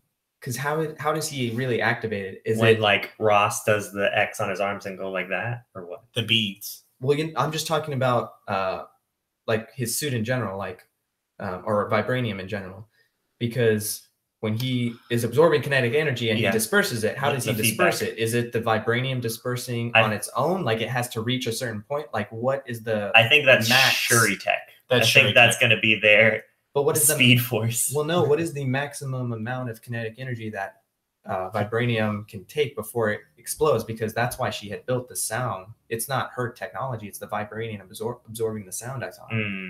Or kinetic energy. That sounds like a Mythbusters. Yeah. How much can we take before? Because that's why she made the sound barrier, I thought. Right. So it wouldn't explode or whatever while they're transporting. Yeah, exactly. That's a very interesting but question. Leave it in the comments down below if you have any math problems. I don't know. Somebody explain to us this fake science. Yeah, using fake math. Anyway, I was gonna say I just want a proper burial for Killmonger. Not even a proper burial. Just he said bury him out in the sea. Just bury him where he wanted. And I don't even care. It could be a hover jet, and then someone just like kicks a body into the sea. Just something like nothing. Yeah, because as far as I know, they didn't do that. And I'm like, the other thing that they didn't really show, again, goes back to Killmonger is, I guess I wanted to see how he was fulfilling his plan, I guess. Like what was he wanting from Wakanda? Like he kept talking about it, but what could he have done if he was, ruling Wakanda or whatever, that could have helped people? Well, he was to Killmonger? Yeah. Killmonger didn't want to help people. He wanted to rule the people. Right. To answer your question, Doc, is that he wanted to... Oh, you mean like the oppressed. Sorry. Yeah. I wasn't getting That's what I'm saying. Right. He was going to give them weapons to the spies of Wakanda that were in the world and then give them to the right people to overthrow He wanted to lead a revolution around the world at the same time. The world to be one nation. But see, I guess what throws me off about that whole plan is... how does he know that people would even be down for that? Well, that's what hey man, you want to start a revolution? Exactly. Cord's down for any revolution. That's, I guess, my big problem with his plan. That's what they mentioned in the movie where W'Kabi says, like, some people are resisting, but London and like Hong Kong and something else was like, they're ready. And he was like, the others will join up or fall. Like, that's it. He's like, I have you guys, and that might just be enough. He's like, we'll take them. I took you guys down by myself, basically. We can take the world. I was going to say there are organizations right now probably trying to overthrow governments. And if you give them sonic cannons that can take out tanks, they're like, okay, let's do this. Let's put our ideas into actions now, which his plan was going to work and it was going to be scary. But the fact that it didn't, and that it didn't even get across the border, the world itself does not know. Only Everett Ross knows about Wakanda. Which I kind of liked at the end when he was like, well, what does Wakanda have to offer? And Everett Ross was all like acting smug. I was like, you knew yesterday. Calm down. Yeah, I was like, you're not even that cool. He tries to give like a secret handshake that he just yeah, the Shuri T'Challa handshake. He tries to get in on it. Get out of here. No. But yeah, that's another part that I didn't like at the very end when during the Black Panther's speech to the UN, which was very moving, inspirational, and really just I was expecting that kind of speech to happen when the war was happening, but I'm glad we just got it in general. Right. The fact that we just got it in general, but the fact when a guy leaned in and was like, Mr. Which also was another weird He didn't call him Mr. Right, but I forgot what to call him. But then I remember what he called himself was the sovereign ruler. I was like, oh yeah, we forget the whole, they still believe, the god is Bass, like is leading them throughout, which is great and all. But it's just something to think about, is that he's not just a ruler. They think he's the sovereign ruler, that a god is bestowed upon that rulership to them. Well, they have like plant superpower giving plants. That was made from like a meteorite with an alloy. But then again, Bass did like show God. I'm just kidding. You don't know. Okay, but the point I'm getting, that's how Infinity War is gonna go down. Oh my gosh, Eternity come. It's gonna be like what's it? DC's Long Shadow, where he's like in like that whole like aura guy. You know what I'm talking about, from like Young Justice? Oh, the DC. Yeah, it's gonna be Black Panther and like an aura big Panther versus Thanos. I'd be down with it. Oh my gosh, that'd be awesome. All right, so final thoughts. Are we gonna give final thoughts? Who wants to go first? What picture are we gonna rest? Do Chadwick Boseman or a poster? I don't have a poster. Bassett, Miss Bassett, she was great. Yeah, Miss Bassett. She was wonderful. I felt her again. That challenge day scene where she's like, show them who you are. I was like, oh my god. I was on the side. That's the part I cried on because it was very emotional. I cried a lot during this movie. Okay. Toward the beginning, it was just a lot. You got tuckered out. I got tuckered out during the end. But yeah, it was a very emotional movie. And then the other one where she's like, I don't want to we might be creating a bigger monster with M'Baku, and then her with talking about, I don't even know what else. I think maybe just her husband, T'Chaka. Right. There's a lot of stuff where I felt like another part I cried when he was like I'm glad she was prominent and not just like, this is T'Challa's mom and we won't ever see her again. And when he was like Frigga in the first Thor movie. Exactly. Bingo. I'm glad we got to see her more. They learned from their mistakes. Yeah. Does she technically count as queen anymore or no? No. Okay. So maybe. Final thoughts, Steven? You still show her respect. I don't know. Wait, is final thoughts our rating? Yes, that's the final thoughts into your rating. Well, then I'll just pull up the graph we have. Oh, there you go. That's a good one. Put all that work into it. You might as well. Right. Okay. My final thoughts for Black Panther was that it was an amazing, really amazing movie that I am probably going to go see again. And it'll be the first Marvel movie, MCU movie that I think I see again in theater, because you kind of miss a lot of it. And you just got to see again. When the movie ended, I thought it was the greatest movie ever. But I also said the same thing during Suicide Squad. And it was, yeah. I didn't know we have to beat you. Were you drinking? No, I wasn't. I wasn't drinking, but I was Oh, I'm dialing the cops. Huh, that's weird. It activated my phone when you said that, and it's immediately dying. But I don't know. I think maybe it's just like the movie experience, but I was seeing it through rose-colored glasses, and I'm afraid I'm doing it again with this film. You're still on that hype train. I'm still on the hype train, which it was a big train. That was a huge train of this hype. Stop interrupting my final thoughts. Sorry. What was I talking about? That Black Panther was a great movie. The actors, I said, had multiple traits and qualities that we get to see throughout the background of the film, which is really hard to do. It's very hard to do. I haven't seen a movie recently that's done it this great. Man, I don't know, because there were terrible scenes, like the jokes in the lab just sickened me to the core. I think they were worse than Ragnarok. They were worse than what are those sneakers? That's the best. Get it? That's the best. It was terrible. And then Back to the Future reference. I don't know. I can't. That was the only weird one for me, but it wasn't enough to detract from the movie. I feel like you can't just. I can't. Sorry. I don't mean to affect your rating. No, you're not. But I am afraid that I am looking at this movie through rose-colored glasses because it might need a second viewing. This is just straight off the. You definitely will need a second viewing. I viewed these previous movies, all Phase 1, numerous, and a little bit of Phase 2. Sorry. I viewed it 10, 16 times sometimes to these movies, and yet I've only viewed this movie once. So, and it's the movie right after Ragnarok, sequentially, but I'm gonna give this a 5 out of 6 Infinity Stones. I'm probably gonna change it to a 6 out of 6 when I rewatch it, because I feel bad looking at this graph that the only other one is Incredible Hulk, but I really love Incredible Hulk. Like, it was so well done, and this is well done too. But maybe I'm missing something that I'm not finding yet on my second viewing. So I don't want to do a 0.5 thing. So as right now, I'm just going to give it a 5 out of 6. The strongest 5 though I've ever given a 5. Yeah. Of Infinity Stones. 5+.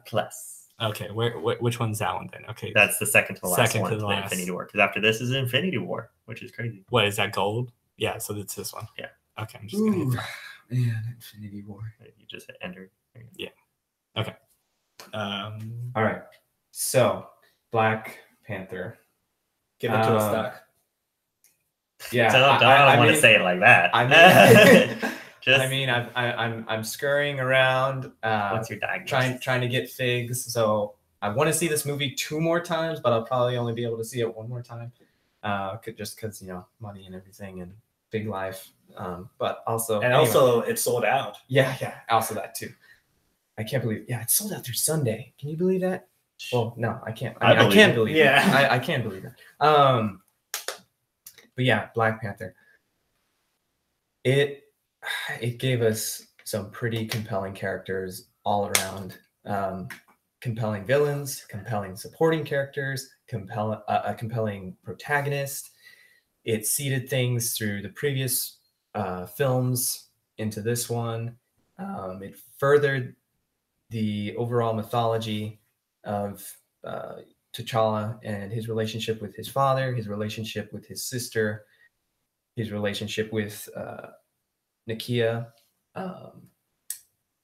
And there were just so many great moments. Again, my favorite scene, hands down, I won't be able to forget it, is pretty much both dream sequences, not just the one, because you can't really take the one without the other, of him talking to his father for the first time in a long time, and then him kind of yelling at his father.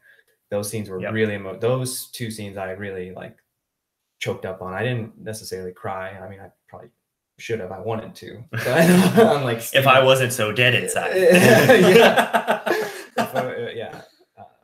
So unlike Steven, I didn't cry, but I definitely choked up. Those scenes were very emotional, very impactful. And this movie in general, it's very necessary, and I think it's important. Man, I think I'm gonna do it. Oh snap! I'm gonna put on the gauntlet. Hey. I'm gonna put on the gauntlet and give this movie 6 out of 6 Infinity Stones. Just to preface that, though, I mean, I have to see this movie again. I'm gonna see it definitely multiple more times, and I just think that the only weak points for me were really just the overall message, which I had talked about. It was a little confusing with the whole civil war happening. And then, of course, T'Challa killing at the end. And then the other weakness would be Killmonger's presence being a little bit dialed back. I wish he would have been there more. I wish we would have seen him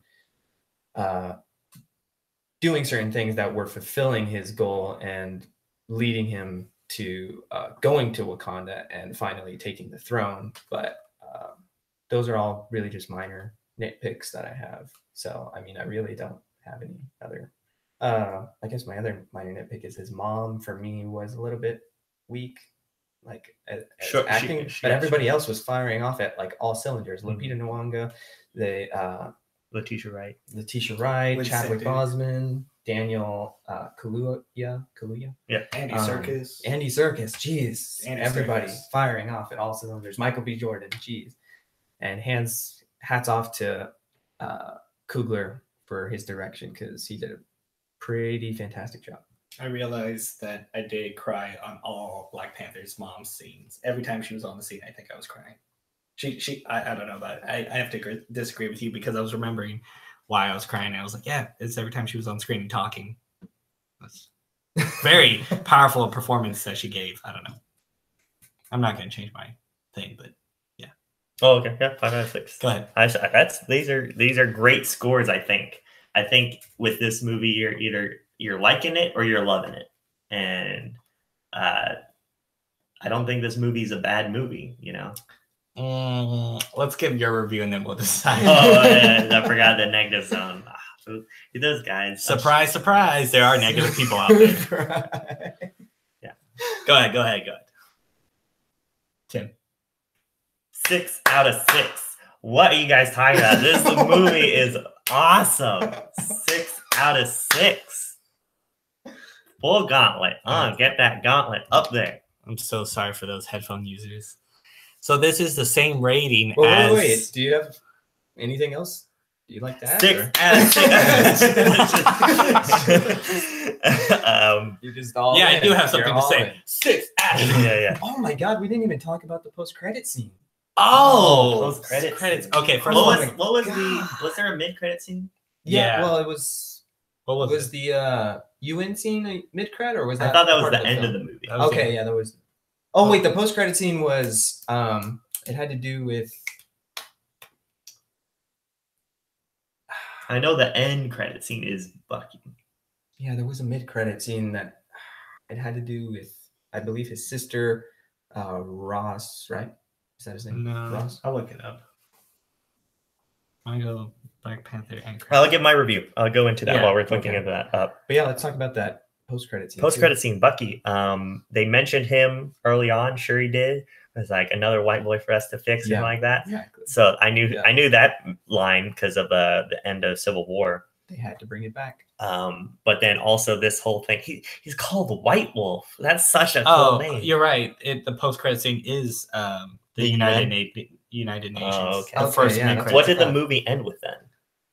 It ended with the sunset. Because I thought that was I think. Oh, it didn't end with him walking into the throne room, or no. I remember he made out with his ex-girlfriend Nakia, and then it like panned up to the city. They were in the merchant's place. Been it. And then they showed that like 2 towers, and I thought one was bigger than the other, and there was construction to make them both bigger. I didn't know what the symbolism with that, but it was 2 towers. Well, I think the symbolism is like everything got broke. We got beat up a lot. Time to rebuild. Yeah, like I said, everything hit quick, and for them to be like, now we're gonna help the world. I was like, you guys got a lot of stuff to fix over at home before you can help them out there. No. Oh, I remember now. It was we just bought it because I count those other movies. Black Panther takes his sister to California and says, Oakland. That's Oakland. Right. This is going to be the new place. And then he says, "You think I bought that building? I bought that building. Boom, bought the whole block, son. Oh, that's right. He goes, who are you?" And he smiles at the camera. The little kid. Or whatever. Yeah. That is how it is. Which was a hard thing to miss during those. We didn't even talk about the ending of the movie. Are we all fine with the end of the movie, or does that affect our ratings?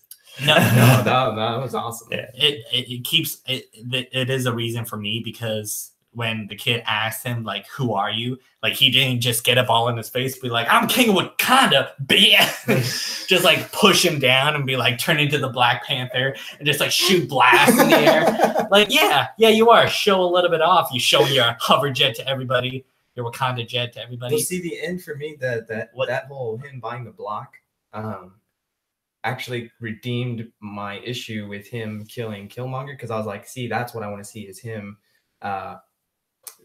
repaying, I guess, the debt that his father left him or whatever. And also I was gonna say, I kind of wish, is that scene from was that alluding to a scene in the Black Panther cartoon? I thought there was a scene in there where like a kid asks Black Panther, like, "Who is he? And who are you?" And he's just like, he reveals himself. He's just like, "I'm just a man," or something like that. Yeah. Just like you, or something like that. I was a kid once I did. Even though I have a power bestowed upon me. Yeah, exactly. I thought, I didn't watch the cartoon show, but I remember something about that in there. But there's another scene in that cartoon show that I would have liked to seen on the big screen with Miss Bassett portraying that, is when Claw has T'Challa's mom like a hostage or something like that, and he, like, Claw gives him an ultimatum, like, "Don't move anymore," or like, "Don't come closer, I'll kill her," or something like that, and he like does something, and he gets closer, and so he's like, your son has just sentenced you to death. Yeah, sentenced you to death. And he's like, "No, he sentenced you to death," or something like that. Oh, yeah. And I would have liked to seen that get up on the big screen, but it was fine. Yeah, a second movie, always a sequel. I was gonna say, ooh man, that if they did that in a sequel, oh, that would be awesome. I don't know a lot of villains of Black Panther, and I'm gonna probably start reading comics of him to get to know it. But it's pretty good. There's like I don't know if it's its own solo series, but there's one called like Black Panther and the Crew. Yeah, and it's like a bunch of other stuff. What's interesting, I don't know if they'll play with this or not, because it seems like they have her character set the way she is, but Nakia in the comics is kind of an antagonist. Oh, well, so is. Oh, right, I remember that. Yeah. Anyways, yeah, they could still do that. I mean, they didn't really show that they were. It would be interesting, because I've never seen Lupita play a villain. Yeah, right. She's only been, benevolent characters, like Maz Kanata from Star Wars. So that could be, Would they pull a what's it called? That's not Skyfall. What's it called? Spectre.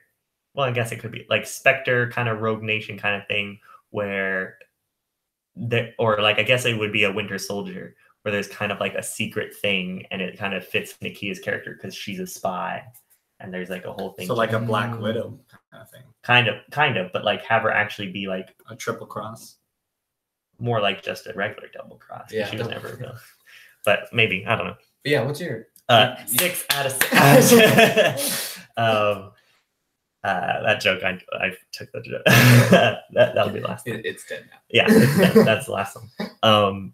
I really liked it. This is an origin movie. It has to be put compared to and to the other origin movie. Well, it wasn't really an origin movie as much as we didn't get to see the origin. I guess more closer to Incredible Hulk, like Steven mentioned. It wasn't we didn't get the origin of how he got his powers, but it was his solo adventure. Yeah. And we also saw it a little bit. Yeah, in the beginning of the credits. Same thing with this one. We understand how it works and all that. I put the same thing with Thor. Again, that's another... Which is the same rating we gave Thor. Right. Thor, I really enjoyed Thor. And then knowing how he comes to be the person behind, the mask, not necessarily in Thor, but, and then same thing with Spider-Man Homecoming. I know we haven't gotten to that point yet, but this falls into the same vein as that, as we didn't get their true origin, but we got enough to know how they got their start and where they go on from here, where they fit into this big MCU world. And it just really kind of it delivered. I can't wait to see Chadwick Boseman in Infinity War. I can't wait to see hopefully this entire cast again in the sequel, along with new face. I guess no Andy Serkis. Well, I guess they didn't kill him in a way where he becomes a being of sound like he is in the comics. But yeah, I don't think so. No, anyway. I think it just it really delivered. It's enough to see it in the theaters. I feel like the action is big enough to go see it on the theaters. Maybe Dr. Connors will find Claw's arm and use it. Robo Lizard. Okay, here's another thing: is that Killmonger burned all the heart-shaped. Yeah, he's the last Black Panther. Yeah, is he the last Black Panther? Because they did it with Captain America. They drew his blood to try to make a serum that took. Haven't been a Captain America since. Right, but remember at the Civil War, Bucky. No, I'm just gonna say what's his name? Howard Stark finally created a super soldier serum that Bucky stole and killed him for, and they used it on the Russian. The blue bags? Yeah. Oh, that's right. But yeah, that's getting into territory we haven't even crossed, yo. Yeah, that's going to be some... That's Winter Soldier. Yeah, but this is Black Panther, the movie after. Yeah, we're skipping. I see what you're saying. I wouldn't mind if I was kind of expecting for the end scene or the post-credit scene to be kind of like, going back to that room, that ceremonial room, and like have some like plant kind of show that it's being grown back from the dirt. That's what I was gonna say. The and like some burn, but hope, is returned and they will thrive or something like that. But I wouldn't mind. That meteor's really in the earth, so it's like it's deep in there. To be honest, I wouldn't be surprised if Shuri like takes some of T'Challa's blood and therefore extracts the scene, something more scientific. But yeah, I was gonna say it's not really scientific. It's more magical. I think cosmic level because it's an asteroid. I guess, but well, I mean, we don't know. It's an herb. Yeah.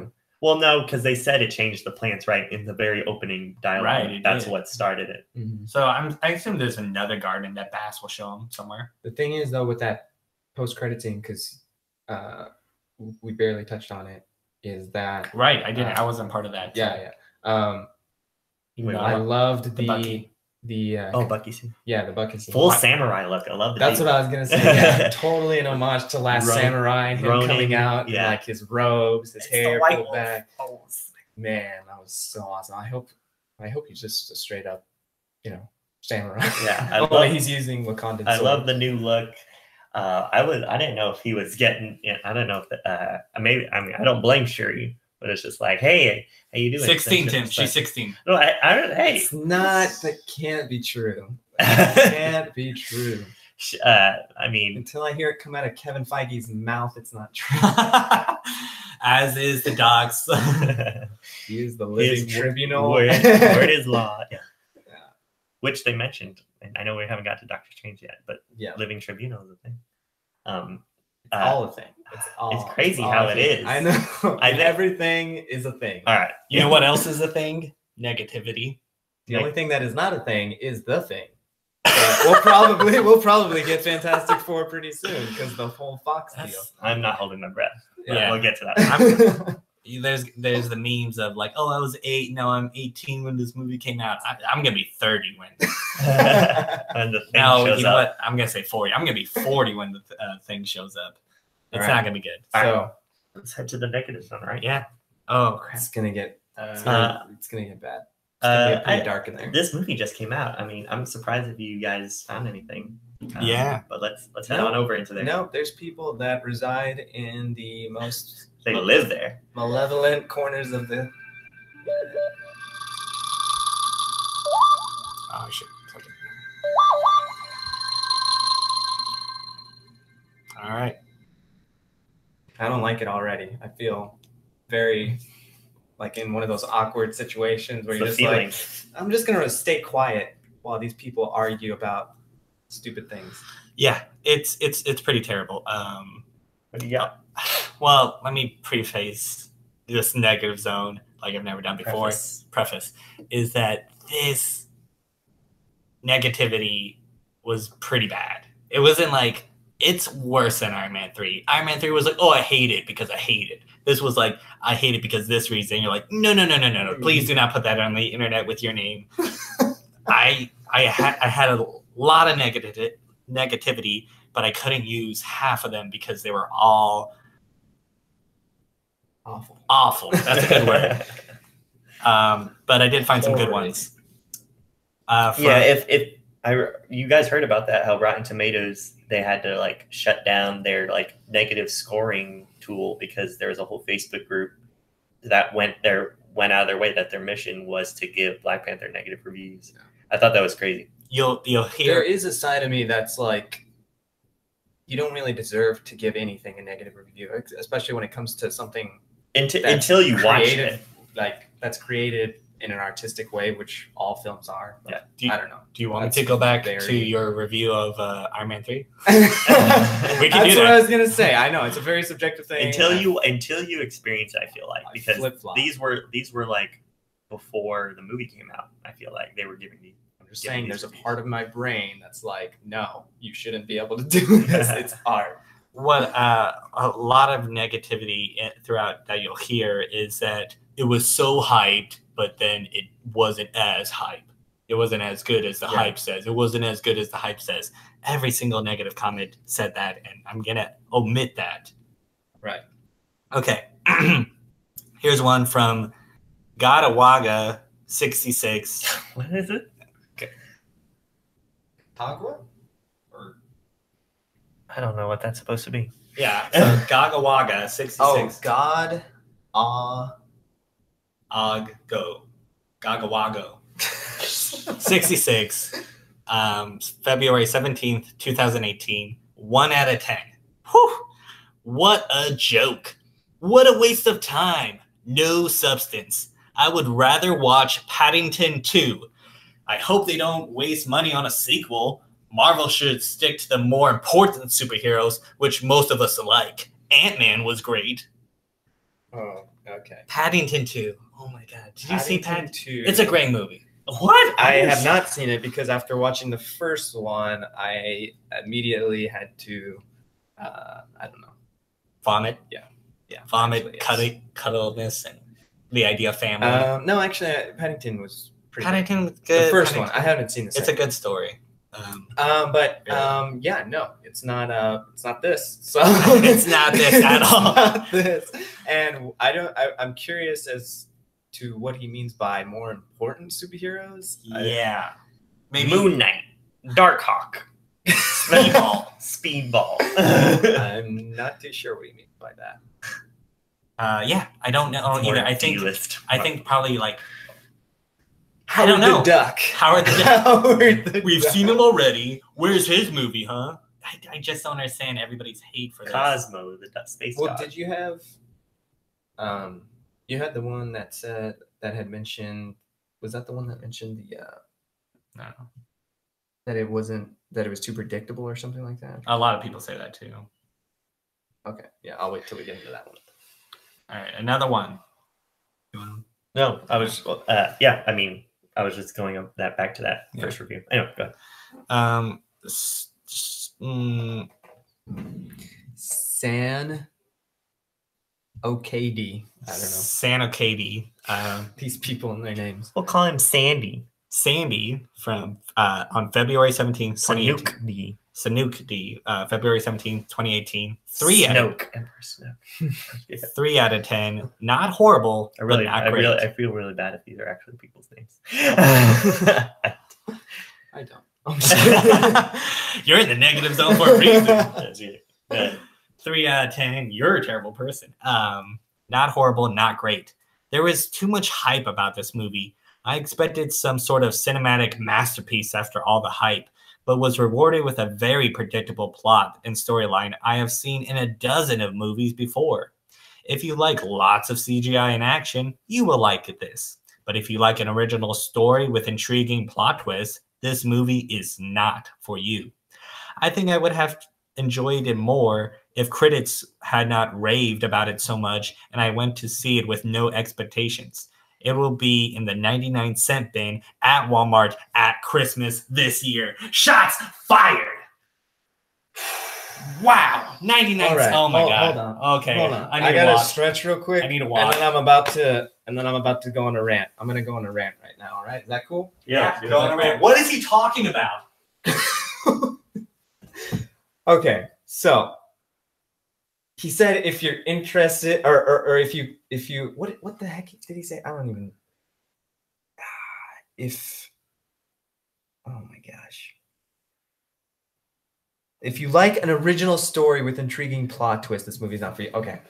The thing about that is, not every movie. People got to understand that just because you've seen films like Star Wars and you watch this movie called The Dark Knight, and yeah, they're all loaded with their plot twists and everything. And I love those movies. I really enjoy those movies. And there's something to be argued there that, you know, those movies are in the top 3 greatest movies of all time. Whatever, you know, you can argue that.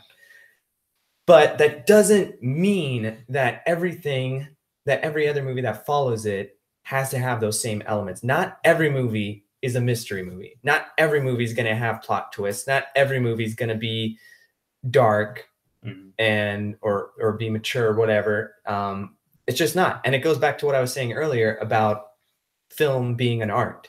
Every art is different. Every canvas that an artist, you know, or every brush an artist uses is different. So they're going to use different tools. They're going to make different things. So the fact that he said, you know, if you're not into a certain kind of movie, well, yeah, you're setting yourself up for failure because you're thinking this is a certain kind of movie when it's not. It's a superhero movie, and you kind of know that when you're walking into the theater. Like they didn't stray from the Marvel formula. It's a safe bet. It's a safe choice. For this movie. I mean, I don't think they really took any risks with it, which I mean, it's an origin story. It's the first Black Panther movie. We didn't really need that. We just needed a good, solid, great movie, and they delivered that. Yeah. I mean, and going back to plot twist, there kind of was a plot twist. We had talked about this too with the whole Killmonger storyline because we didn't know that was him and his dad talking. We assumed it was T'Challa and T'Chaka talking to one another. Yeah, how prevalent Killmonger was to the story. Right? Exactly. Yeah. So, I mean, there actually was a little bit of a plot twist there, but again, that's not what the story is. This isn't mystery theater of the Black Panther or whatever. This ain't Black Mirror where it's some cryptic universal truth that we're talking about. Yeah, Kaluuya was in Black Mirror, so that's another Netflix kind of thing. Is it Netflix? Yeah, Black Mirror is Netflix original. Now? Really? No, it's an original. Yeah. Okay. Okay. So yeah, we're not dealing with, you know, philosophical. We are dealing with some, you know, political undertones, but yeah, it's just not that. It's something completely different. And these people, they go in with these certain mindsets and they're setting themselves up for failure. It's the same thing with The Last Jedi. People who complained about The Last Jedi were asking the wrong questions about The Last Jedi because... Why isn't this Paddington 2? Come on, guys. Why isn't Snoke Jar Jar? Well, yeah, you're asking the wrong question. Oh.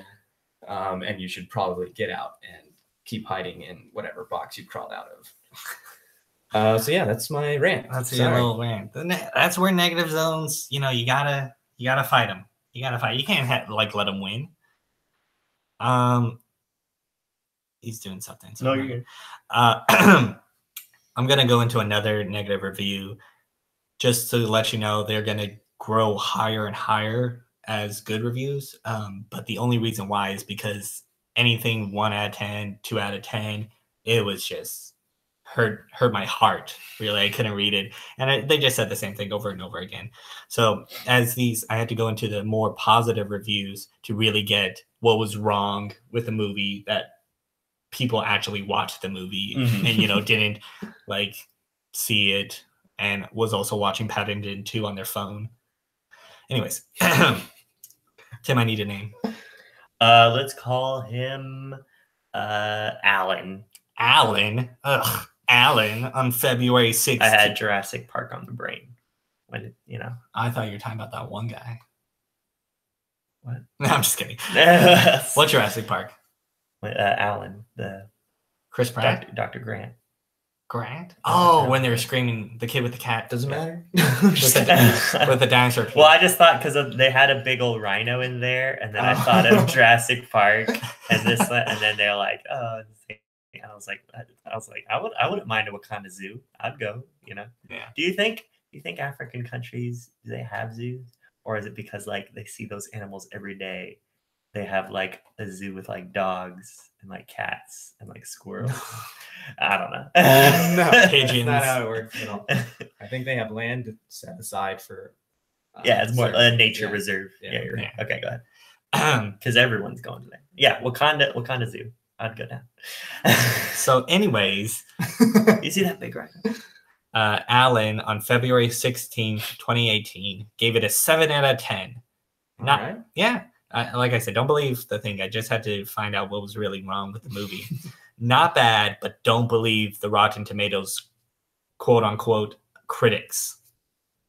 The film was entertaining, but by no stretch is it Marvel's best piece. The main criticism I have is the lack of attachment to the main character. It's unfortunate, but I found myself caring more about the outcome of the villain than the Black Panther. I didn't actually care that much when he dies in this second challenge, but I was left thinking to an extent that he deserved it. What kind of country with so amazing technological innovations and wealth isn't run democratically? It seems almost like an oxymoron to have such powerful weapons and such a weak political system at the same time. But well, I guess that's Wakanda culture or something. In summary, the main issue is to be resolved in the movie was preventable and stupid, but the rest of the film is pretty cool. So go watch it and make up your own mind. It sounds like he was watching this movie through a certain political scope, if you will. Yeah. Filter. And again, it's art, so you can't do that. Well, I mean, that goes again. That's your Iron Man 3 rating. It's art. Okay, that's why Gwyneth Paltrow's in a tank top. Right. I was gonna say the whole point of that's why the negative zone exists. Kind of feel like. Yeah, we gotta. No movie's perfect, and that's why we've mentioned this throughout. It ends on a good one. Watch it yourself and make your own mind up. So it kind of falls with the whole. The thing with Iron Man 3 though is if that Picasso was painting a picture and then suddenly just decided, you know what, I'm just gonna decide to just completely ruin this. I'm just gonna splash a bunch of paint. I wonder what happens if I paint with garbage. I mean, it could have turned out really cool, but you kind of look at it and you're like, this makes me feel uncomfortable. Mm-hmm. So the main part I chose this negative zone is that he had some good points, is that the movie did kind of lend you toward Killmonger more than Black Panther at some parts. You're like, wow, Killmonger is cool. I kind of want him to be king. And you're like, who cares about Black Panther? He sucked. He should have beaten easily. Out with the old, in with the new. Killmonger's our king. And you kind of want to know his plan. You want to know why he's doing it, which is a great villain. But unless you're leaving your main character out of it. Right. And of course, we get the whole, hey, we're a technologically advanced city. Let's beat each other up to find out who's going to rule us. Yeah. Which is smart. I get it. I'm just playing to this guy's problem with it. I'm seeing it from his point of view. But I also see it as, let's see who is the most well-strategized, the strongest, and the one who makes the hard choices, whether to show mercy or to kill, which we see T'Challa do at the end of the movie with Killmonger. He could have had him yield, but he was not going to yield. And when someone doesn't yield to protect your country, you may have to kill one person. All right. Last one. Last one? Yeah, last one, because I was crying toward the end. of all the negativity. It was just like 1 out of 10s, 1 out of 10s, 1 out of 10s. I was like, there's no way. There's no way so many negativity involved. Plus, it just came out. So we're dealing with negative zones that happened, 10 years ago. It hurts more. It hurts more. It's fresh. It's a fresh wound. 8 out of 10. Solid 8.5. Go into it with lowered expectations. I did not crop the guy's name out. Let's call him Dover. Dover? I don't know. Is that a real name? Yeah. All right. Dover with a solid 8.5. He goes on to say about how the movie was too hyped, but then he read some reviews and it lowered his expectations. And he suggested go into the movie with lowered expectations and you will be pleasantly surprised. Okay. What makes this an 8.5 for me is that it felt a little long. It probably could have shortened it by 10 minutes. Along with the climax of the movie felt a little bland. The ending was meant to be a little heart-wrenching because T'Challa killed his blood relative, but the moment just wasn't fully captured. Maybe because it was the lack of climactic music. Other than these things, the movie was enjoyable. Yeah, it seems like I will agree with him on the music because it seems like they wasted their big epic moment musically with the death of Forrest Whitaker's character, who I'm forgetting his name again. Surrey, yeah.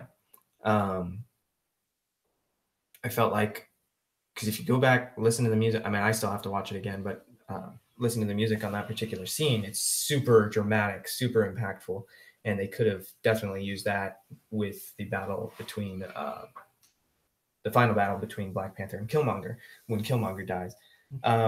Which I thought was a great kind of sending off to Killmonger, because even though, like we said, T'Challa took out Killmonger only when it was absolutely necessary, and he had this code throughout this whole movie. He made it, known to anybody who, Wakabi, when he says like, "Oh, kill him where he stands or bring him back," and he's like, "Okay, I'll bring him back." It wasn't even an option. I don't think it was. I think he said, "I promise." Right. He says, "Promise me that you either kill him where he stands or you bring him back." And he said, "I promise you, I'll bring him back." I don't think he said that. Yes, he did. That? Yeah, he did. Oh, he did that? Yeah. So when it came to killing, dealing a fatal blow to him, and then he was like, "My dad promised he would show me the beauty of Wakanda," and then T'Challa fulfills that promise, but then he's also like, "We could heal you," and Killmonger to deny that or refuse that. I was just like, that it fits both of their characters. Mm-hmm. They stay true to their beliefs throughout the whole movie, and it was really nice to see. Which I thought it was weird because Killmonger did say like, "So you can lock me up." Why would we lock you up? You did everything according to our tradition and culture. Like, you beat me, you bested me in combat, and you became king and gave orders as a king should. There's nothing really wrong you did. So I think technically when he comes back and the challenge isn't technically over. What? They're not going to kill him over that. Well, and then he's all like, "No." If anything, that's like okay, your high priest interrupted our fight. I'm not going to fight you. He'll get like a dime or something. Right. That. Yeah. He'll get a little slap on the wrist, but I don't think they'll kill him or arrest him forever. Yeah. If anything, they'll Winter Soldierize him and make him a White Wolf. Why did they call him White Wolf? To be a white guy. To Dover's point, though, the third act did feel a little bit rushed. Even though the movie itself felt long, the third act for me felt a little bit rushed almost. Mm-hmm. And it did seem a little bit bland just because of some of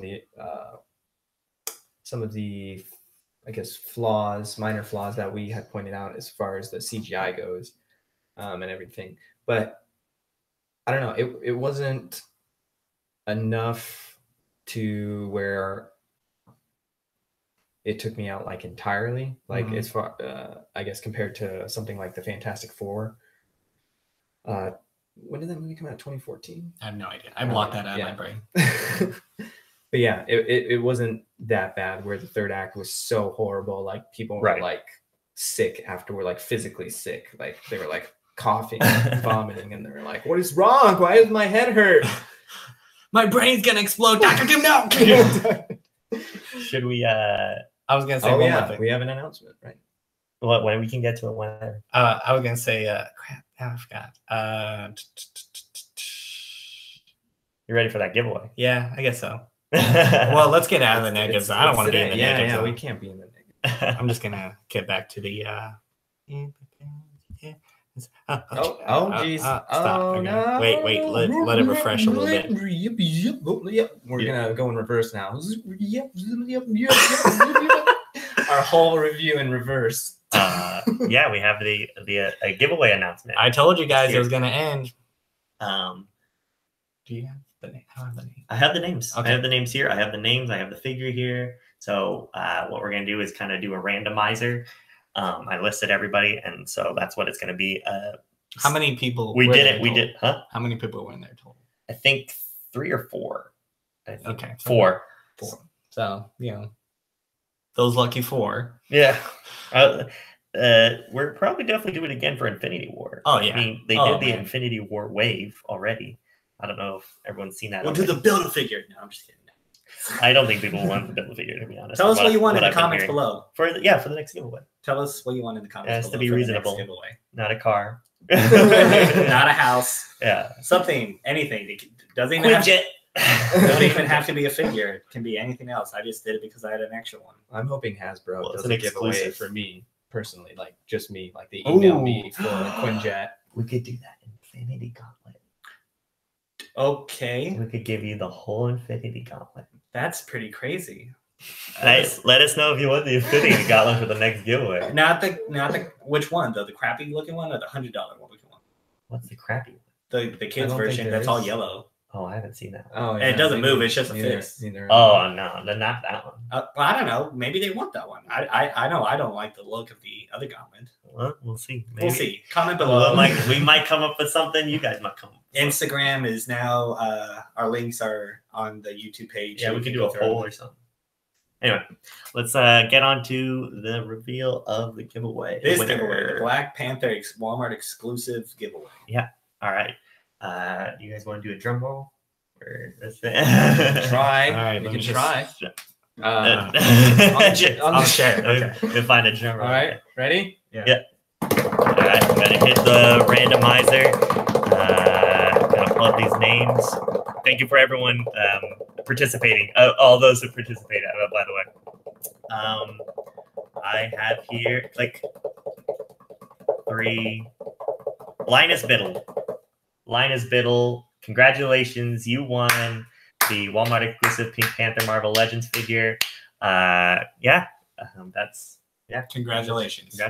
Thanks for subscribing for all these awesome podcasts. If you've seen this, we'll contact you. Don't watch by now. I mean, the spoilers. Please watch Black Panther. We'll DM you and we'll get the shipping address, where to send it. If we get here. Yeah. But yeah, thanks again for everyone participating. We appreciate your subscription to this. Appreciate the views. Appreciate the comments. Views and fans, comments as well.